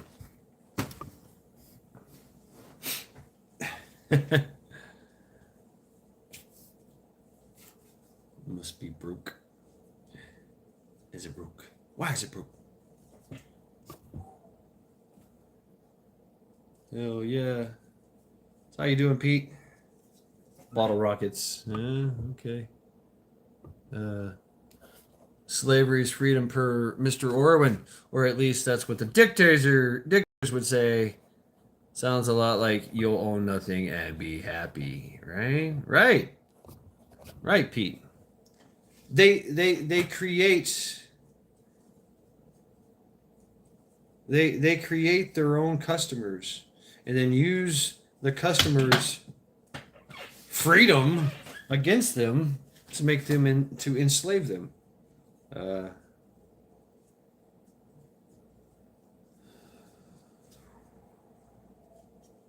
must have lost the damn thing. I don't know. I had it. Happy pills for corgis. What is a corgi happy pill? Really? Prozac for dogs? What is this law? Oh god. It's coming from Tomcat. It's gotta have something to do with feet. All right.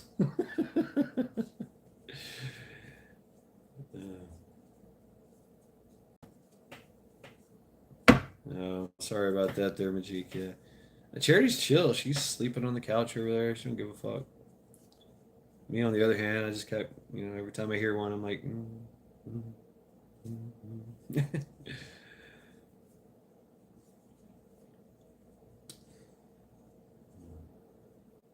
Ooh, it just popped me down. Constitutional carry, and that's what's up. Yeah. I mean, we told the state of Ohio we want constitutional carry. We've had open carry for a long time. We want constitutional carry, and we want stand your ground laws. And so, yeah. Oh, yes. Here we go, folks. Locally, Cleveland. Let me see if I can quote this right from memory. Cleveland has accepted thousands, thousands of uh, Haitians, Armenians, uh, some other people, Asians perhaps. Haitians, Armenians, Sudanese, all thousands of them have been accepted. Cleveland is went woke. There's a Soros-backed mayor now. His name is Mr. Bibb. He started a oversight committee, police oversight committee, right on Region 9. I think I'm gonna get out of here soon. I'm gonna say 15 more minutes. Now they're in the suburban jungle. Every township or suburb is different and is not ruled by Cleveland.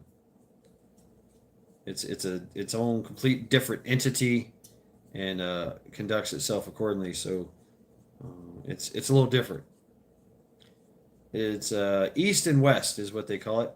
The west is the ghetto. The west is all the crime and the debauchery and the wokeness and that's the east. And the west is that's where the hardworking folk live. There's still some crime and stuff, and craziness, but it's more a community thing. Uh, you know. Yeah, that would be awesome, Mad Jack. Yeah. And yeah, they're pushing the woke agendas. They're but there's a lot of pushback too. You know, especially with the police here. The police, the Leos here, they have their own little unions and fraternities that go traditionally go way back. So I mean, it goes deep, and they have a lot of. You got a frog looking for food. Right on, heathen. Yeah. Cool. Looking for a bug, a beetle, a fly, horsefly, a big midge, right? Ribbit, a spider. We eat spiders too. They eat the bugs. And sometimes small fish, mosquito larvae, all kinds of worms. Yeah, terrible diet to be a frog, man. Have a frog. I'm pretty sure they're Tomcat. You can play trial by ice for real now in Florida. More than welcome to eat the bugs in my garden. Your Florida government signed a science law that would punish child sex offenders to death penalty. Fuck yeah! Hell yeah! That's great news, Tomcat. Find a link and post it, please. Exactly who they are. Faith. Faith takes you far. They're in Black Bloc. You know what Black Bloc is? If you want to learn about Antifa, go to Andy No. Andy No has taken up the mantle of diving deep on Antifa. Right on, Tomcat. Yeah, Antifa has got a major presence in France and Germany and Europe. They're worldwide. They are a fascist power across the world, doing the bidding of the parasites. They really are, and they're being manipulated and perverted. You know, they all have their own little sexual rituals. It's kind of fucking disturbing. And yes, they're arming, they're training, but they're idiots. So you can imagine how that's working out for them, you know. And yeah, they're violent, man.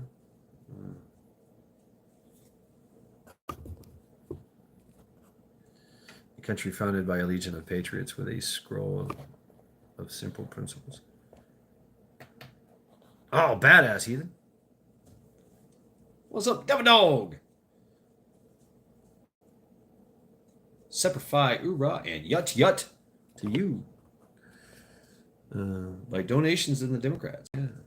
Soros, and the Weef, the Who. Yeah. But they don't need to fund them much. All they have to do is just subvert them, which they've already been subverted. And yeah, most of them are youngins that are stupid, got blue hair, you know, a lot of transgendering going on there. Very confused. Yeah, they're extremely confused people. And they get training. They get subversive, they get fascist training so that they can resist. They can resist common sense and make their ideological standpoint. To make their ideological point. And they have literally drank the Kool-Aid. There's been a few people that have infiltrated the Antifa and documented it, video and audio, and yeah, it's great. It's straight up out of the George Orwell 1984. I mean, it's the Khmer Rouge. I mean, this is something that's been going, the Bolsheviks. I mean, this is the brown shirts. You know, they really like the Weather Underground. That's their origins. The Weather Underground. Look that up, and then look up who backs them as well, and who is their gurus. It's the same people. Same people in the Weather Underground. See who backed them. See what their ideological origins are. Same thing. Something that we thought we had destroyed, we had stopped in the 60s and the 70s. Once again, total freedom. Matter of fact, they were in prison. A lot of these guys and gals, they were in prison. They got out 70s and 80s, and boom, they become millionaires. They become professors and philanthropists right out of prison. Like, how the fuck that happened? You just spent 30 years in prison. How'd you get out and just become successful overnight? Really? And meanwhile, while they're in prison, they were working on subverting them. They subverted a lot of prisoners to go out and do their bidding.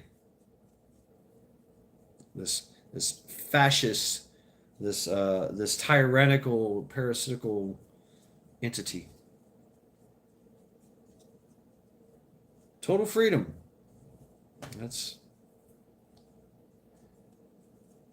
But hey, don't worry, because once their plan has been initiated, there won't be any total freedom. There will be for them, for the elites, and then the levels down. Instead of having freedom, you'll have permissions, and you'll be permitted to do certain things if you toe the party line, if you rat on your neighbor, if you work tirelessly for 15 hours in the salt mines, if you drop your credit score, if you reduce your carbon footprint to the point where you don't have feet, if you change your don't worry about the whole ginger thing, that all that'll be going away. There'll be no more transgenders. There'll be no more gays. There'll be no more women to have babies. That's right, because the babies will be made in a laboratory.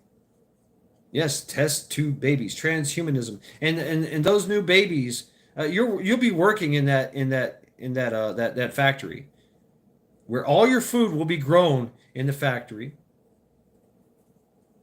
from an immortal cell, an immortal cell that was part of Henrietta Lacks.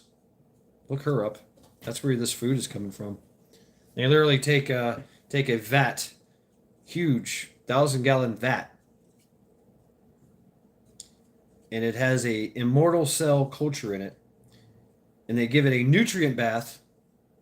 They fill it up with 1,000 gallons of whatever nutrients that cell likes, sugar or something, I don't know, sugar water, and then they throw a piece of chicken in there. That's how they do it, right? And this immortal cell tumor creates 1,000 gallons of chicken cancer cell.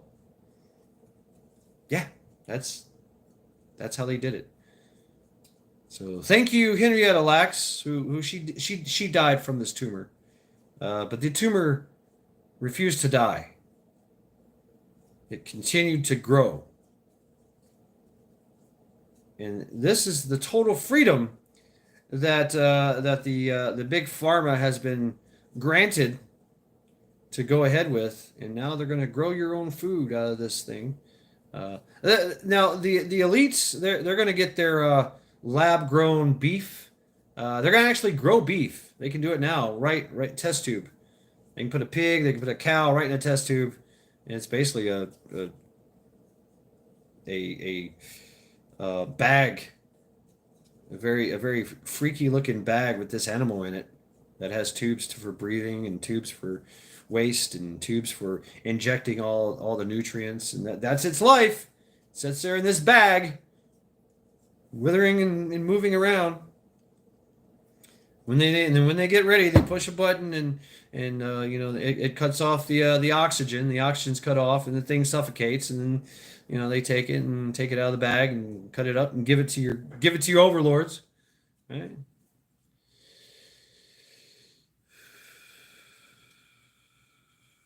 At Jack, right? Yeah, the videos it's just heartbreaking. And it's any animal. Think of it. And every animal is a clone of the first animal. You'll be working there, but you're gonna be eating the bug patties. You'll get bug patties with You'll get bug burgers with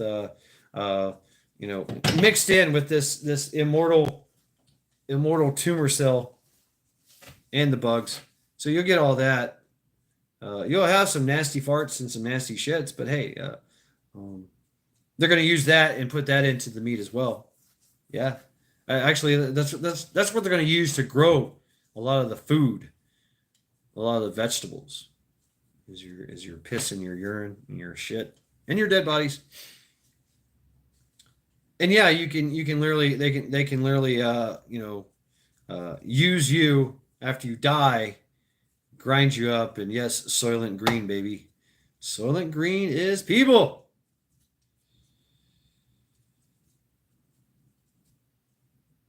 But this is the absolute total freedom that comes from this. The pitfalls of the total freedom. Because they don't have their morals. The morals have gone. It's now all about Knights to Gambit. I think I know. The delusion is the declination of all decency of and in everything we know. Indeed, Knights to Gambit. Indeed. I absolutely agree. And they are delusional. Make no mistake about it. They are delusional. They believe that their God is going to grant them some type of immortality. Transgenderism leads to transhumanism. That their soul will be uploaded into the matrix, and they will be able to live out their lives in immortality and power and total control.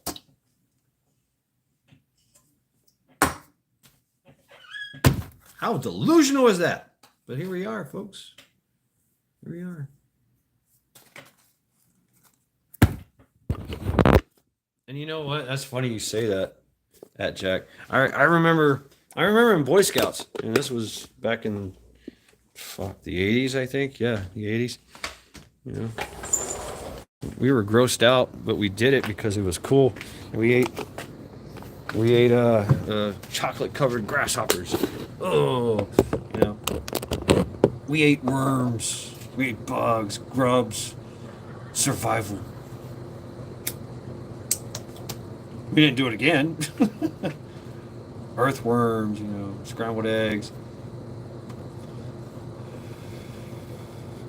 It was a survival thing. It's not something you really want to eat, but all the time. But hey, you know, if you're in a survival situation, yeah, eat the bugs, right?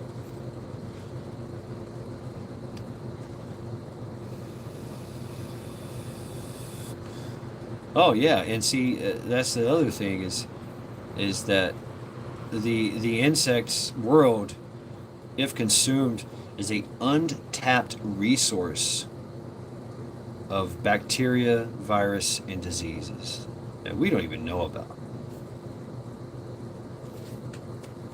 or we used to know about. We said this is probably not a good idea to eat this.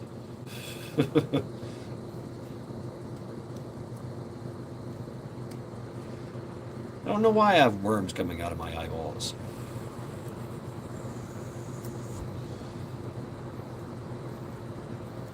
Check it out, Ajak. Vet it up. Or it can be dropped. Let's see.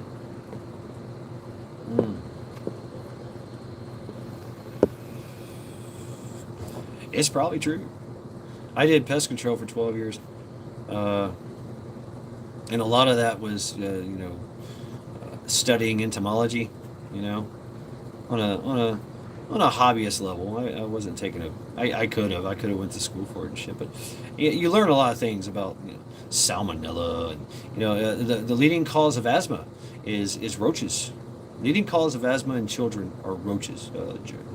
The German cockroach. Their sputum. Their sputum creates the dust. Basically, it's roach poop dust that starts asthma in children. Blatella germanica, which of course is misleading because you see the German cockroach is not really from Germany; it's actually from Ethiopia. So the scientists actually had a debate about whether to change the name rightly to Blatella germanica from Blatella germanica to Blatella Ethiopia.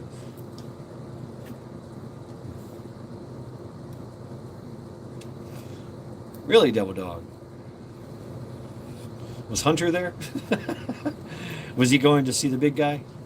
Kind of left a trail, like he leaves a trail of cocaine wherever he goes.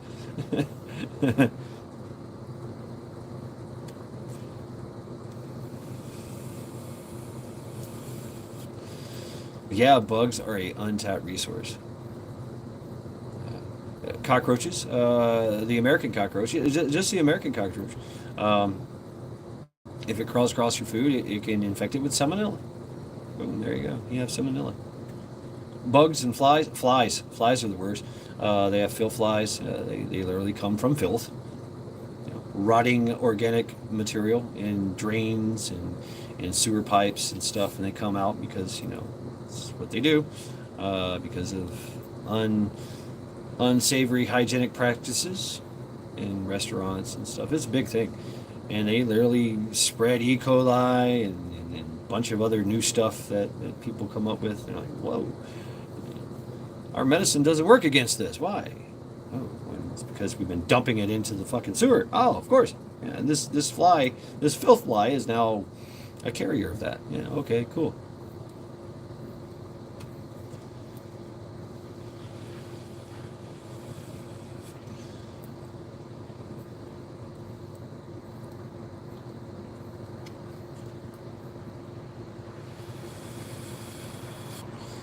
In the insect world, I mean, they have to remake. Oh, Steve Oakley, yeah. Yeet yeet, yeet yeet. He's legit. He's like one of the first people I subbed to there. Virginia Roots, hey, what's up? Or maybe it's Joe. Maybe that's how Potato gets through his speeches. He's got to do a line of cocaine first, you know. The German cockroach, it's got an evolution of 16 million years, and it literally can become immune to any kind of poison or anything in its environment that kills it. If it can become immune in every 6 months, a baby will be born that's immune to it.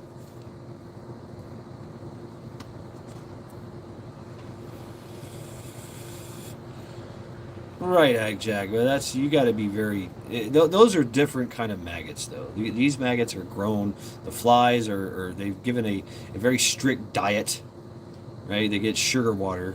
They don't get shit, right? So the maggots don't have the shit in them. You know, they don't have E. coli in them. They got it. It's a lab grown maggot. It's not your average fly. You know, your average fly is disgusting. Carries all kinds of diseases and viruses. So does your fleas, so does your ticks. Grubs are thick and juicy, yeah. Yeah, I remember eating grubs. Ugh. Kind of nutty, but squishy. You gotta make sure that you squish the head or they will eat your insides. Well, there's a chance.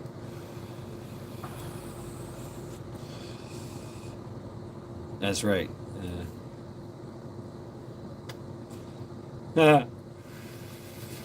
Virginia roots. Stir fried in bugs.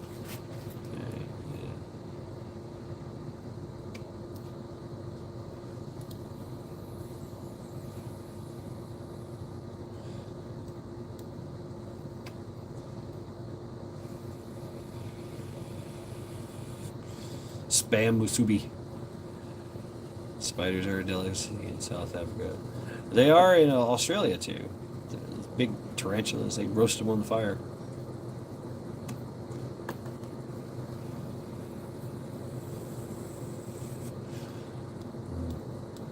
Bob, cook bugs in peanut oil. Yeah, good for you. I don't do oils either. Oh, that's another thing I don't like to do. Another lie that we were been told. Hi, Charity.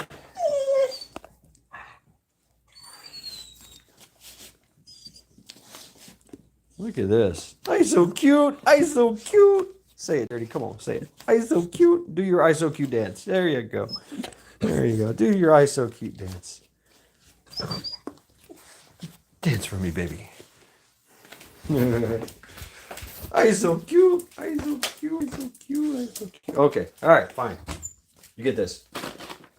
Oh, here it is. Sit. Charity, sit. Charity, sit. Sit. Sit. Sit. Sit. Sit.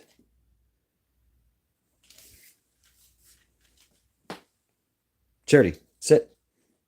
All right, come here. We'll do it over here.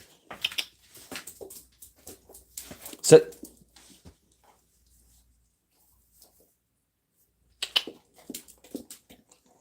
Good girl.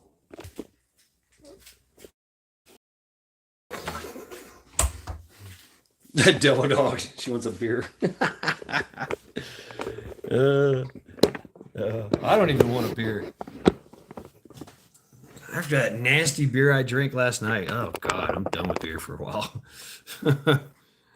Ugh, disgusting. Voodoo Ranger Imperial Ale or Imperial IPA.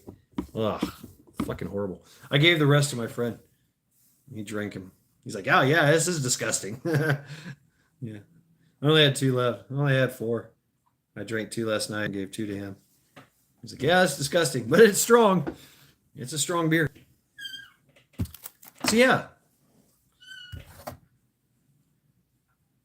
So please tell me in the comments, what are the pitfalls of total freedom.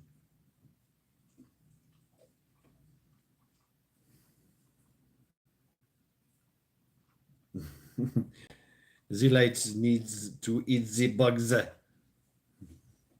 Suck the head, pinch the tail, crawfish. Mm.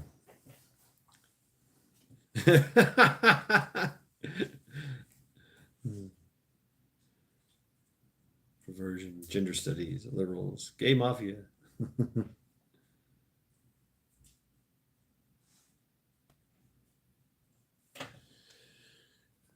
See, so since she sat in the other spot, is that a charity stripe? Charity stripe. There's no charity stripe. That's usually where she sits in the morning when I'm making her breakfast.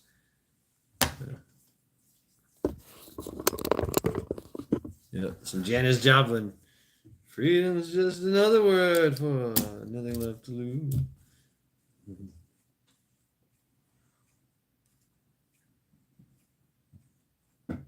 Man, I keep dropping everything I fucking play with. My toy! It's okay, I have another toy. Yeah. So yeah, folks. Happy Independence Day. I have to see. I remember this. Hutch dropped it. Happy fuck you government day.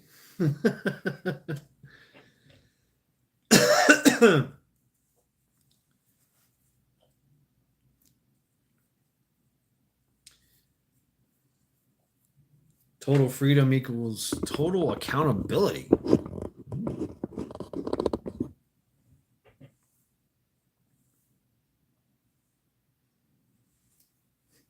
Well, total freedom has gotten us to this point. Oh, Devil Dog. Nobody. But we're doing it tomorrow night. Tomorrow night is Trial by X. It's going to be some chomo. Jonathan Martin or something. I forget the name. I got it written down somewhere.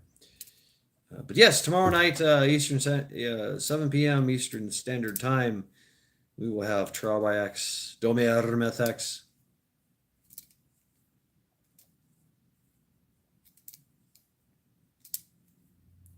Yeah, on a Monday, on a Mad Monday. I don't know if I can call it that. Maybe somebody else calls it that. I don't know. Whatever. I don't give a fuck.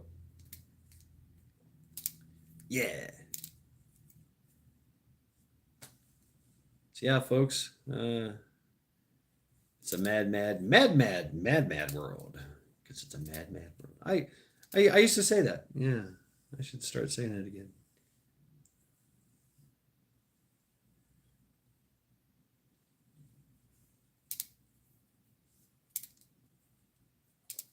The only time zone that counts. That's right.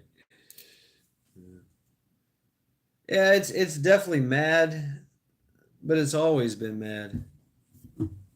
Mad Shad Monday. Interesting. Mad Shad Monday. I'll use my big announcer voice. Mad Shad Monday. Oh. My chair needs some oil. But we all count at the same time. Yeah. Oh, shit. Oh, I'm yawning. Folks, drop your links. If you're blue, you know what to do. If you're not, then you're snut. Or you can just beg somebody that's blue and they'll drop it for you. Yes, drop your links. Drop intel, drop other channels, promote, do whatever the fuck you want. KP, he's mad. He's Shad. It's a Mad Shad Monday show. Yeah. Tomcat has a thing he calls question of the day. That's pretty neat. Thought-provoking.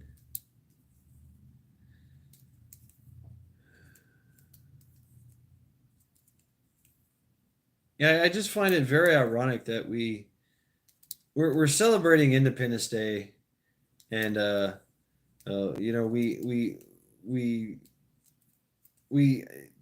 we practice that an honored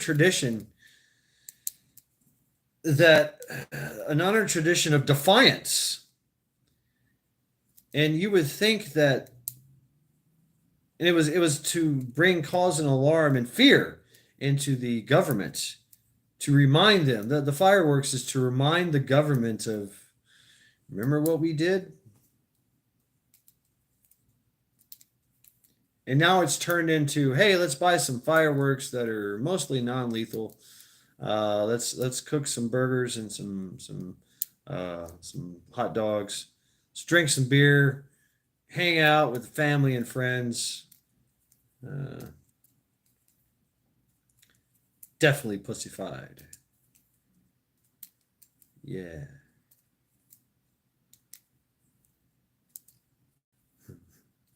I think we should tar and feather somebody. That should be a thing.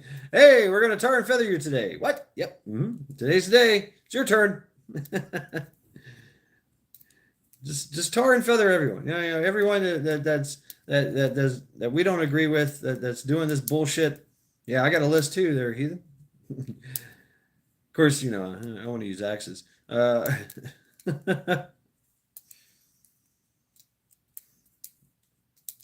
Tomcat. Oh, damn. It's not a girl. Are you sure it's a girl? Right? Yeah. We don't know these things. Ooh, Alaska pepper. Crickets in the food. Yeah, the cricket meal, right? Right, Kimby? Yeah, they're throwing it in everything. Yeah. Some of your potato chips and macaroni and cheese. All kinds of constituted food. Oh, man, it's fucking horrible. Breading, flour. More worried about the, let's see, lab-grown meat than natural-grown crickets. If you drop your drawers, we may not want to know unless you're mooning a regime, Sister Marie. Right? Yeah. Every full moon, everybody just fucking moons every, National Moon Day. Be a Southerner, we ask what it tastes like. What it tastes like? Tastes like chicken. Uh-oh. Lady Smith is starting something. And word roots. Okay.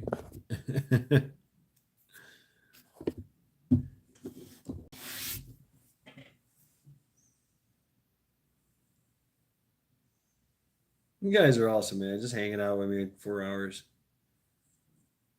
Bugs versus lab meat. Well, bugs are a untapped resource of virus, bacteria, and diseases. Lab-grown meat is guaranteed to give you cancer because it is cancer. It's grown from an immortal cancer cell. Grow my own bacon. So once again, you're left with what you think is a choice. Which one's it's not which one is better for you. It's which one is less bad for you, right? you get to pick your death. Do you want to die from some unknown virus, cancer, or virus, or disease, or bacteria, or do you want to die from a plethora of cancers and tumor causing cancers? Bugs versus lab grown meat. Because that's how they make it. It's a immortal cancer cell that continues to replicate. Millions of people around the world eat creepy crawlies. Yeah, that's right. Bob wants to die in Bangkok. I was spinning. Oh no, Majik. Is that why I feel dizzy?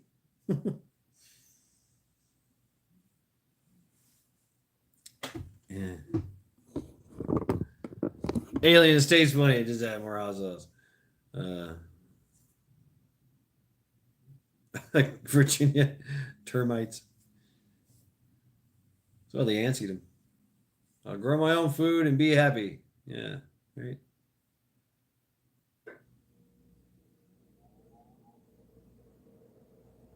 So how are we going to? I keep hot sauce and mustard in my purse just in case. You smell like lemons. Uh-oh. Really?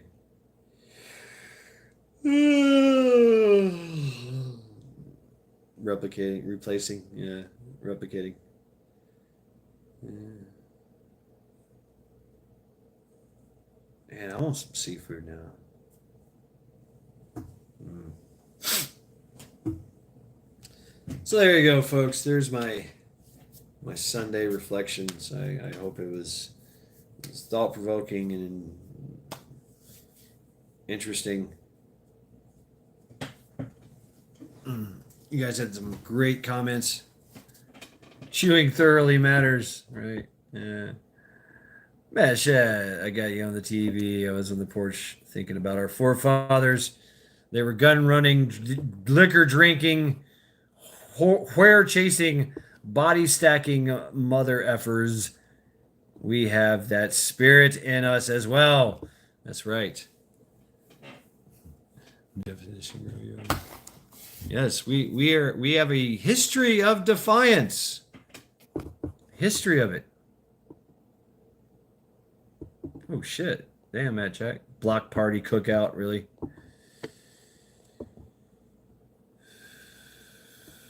Damn, Ken, right? Yes, all right. Lady Smith. Yeah, it's all about those whore chasers. I know what you meant. Horror chasers. House of your repute. I mean, Benjamin Franklin was. I mean, he was a skivvy house bandit. He knew all the whorehouses, and they knew him. Horror chasers. There you go. Jeremy. Yes, I know your name. That's right, Jeremy. Yes. Yeah. A history of defiance, and you know it's still true. I mean, you're not a true American unless you break at least 5 laws a day. You know, so.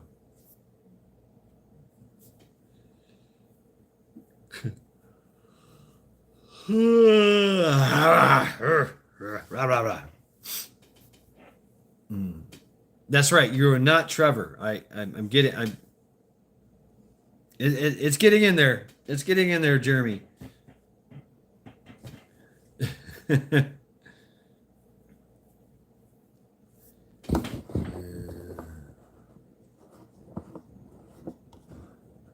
300,000 local, state, and federal laws in the books. Yeah, right.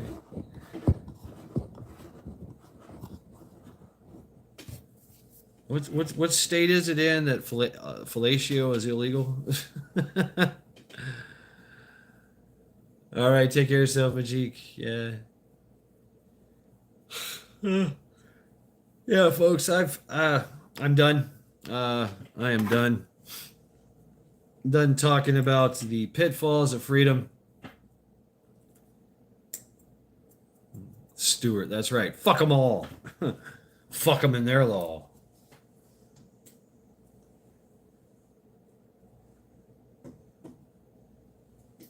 History of defiance.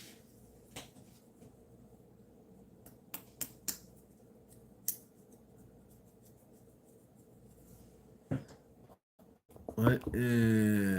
Twisted Mormon, good times. Wow. Damn, Lady Smith. Yeah, these are chopsticks. I was using it on my gun. Woo. So yeah, folks, tomorrow night, 7 p.m. Eastern Standard Time, Trial by X. Absolutely. Why not? Give you what you want. Devil Dog, final thoughts. If you don't know your rights, are you being cornholed? Good point, Devil Dog. Right on, Tomcat. Thank you very much. Stopping by, hanging out with us. Sunday Reflections. Thank you all. Virginia, Devil Dog. There were so many people that came through. 48 people came through. That's right. That's right. That's right, Trevor. I mean, Jeremy. Okay, I did that one on purpose. Yeah, I know. Yeah, good night. Good night, Jeremy. Good night, Lady Smith. Michigan Outpost. Good night to you. Going whoring. Virginia Roots. Good night.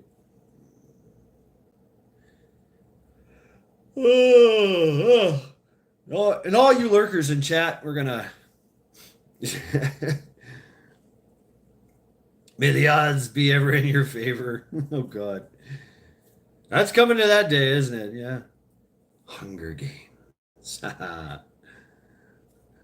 is $20, right?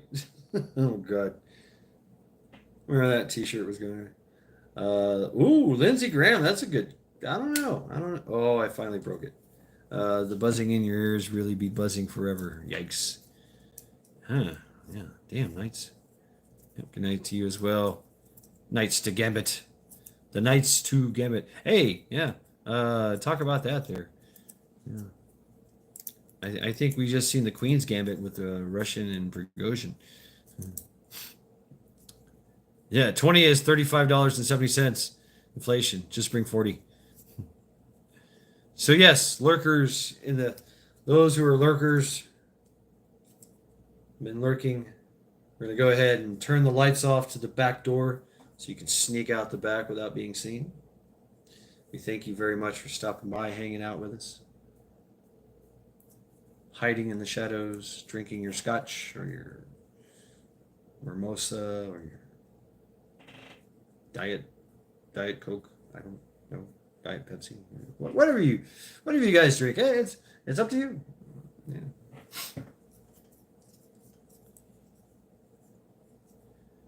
Make a new plan, Stan. Get on the bus, Gus. Good night to you, Dusty Data. He came through. He's probably here. Whoever else is here. Thank you all. Hanging out with me. Sunday Reflections and Ghost Lincoln, good night to you as well. See, Vision was in here. All kinds of people. I dig it. Oh, so yeah, I'm going to I think it can be. Good night to you. All you guys and gals out there. Amazing chat. I mean, amazing chat, amazing points and conversations, some fun, some trolling, some food porn, some Tomcat with his feet porn, learn your rights and cover your ass. Yes, and be willing to defend them and be willing to defend others' rights as well. But you see they're being infringed. That's part of it too, the community. Stand up against tyranny, wherever it is, whatever it is. Oh, I see Ark Wildman is doing a Sunday night reflections. Cool. Learn how to yeah, interesting you say that, KP Heathen. These chopsticks. I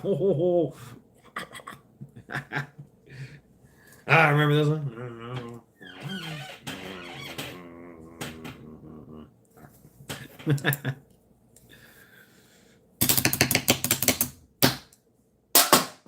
Oh shit. Oh. Can I be a ninja? Let's see. Nope, not today. Damn, I can't do it.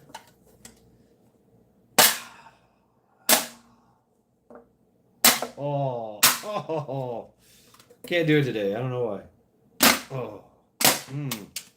Yeah. It survived.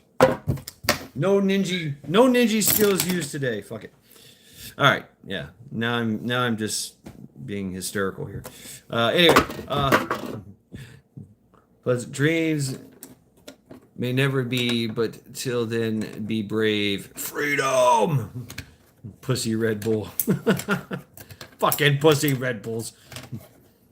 All right. Thank you all very much for hanging out with me. Have a good night, and we'll talk to you tomorrow. Aquaman is a premiere, not him live. Oh, okay. I see that, Jack. Yeah, I just seen it pop up. Ace. Yep. Good night to you, Ace. Good night to you, Bob. Rock on. Just got back. What did that can do to you? That's right. Definitely, it's way past my bedtime, Devil Dog. What time is it? Yeah, my bedtime is around 9, especially on a Monday or a Sunday. Especially on a Sunday, it's usually 9 o'clock. And here I am, 11 o'clock. Good night to you, Knights to Gambit. Devil Dog, thank you all very, very much for hanging out with me, participating in Sunday Reflections. I hope this was... Whoa, what's up, Wingnut? Boom.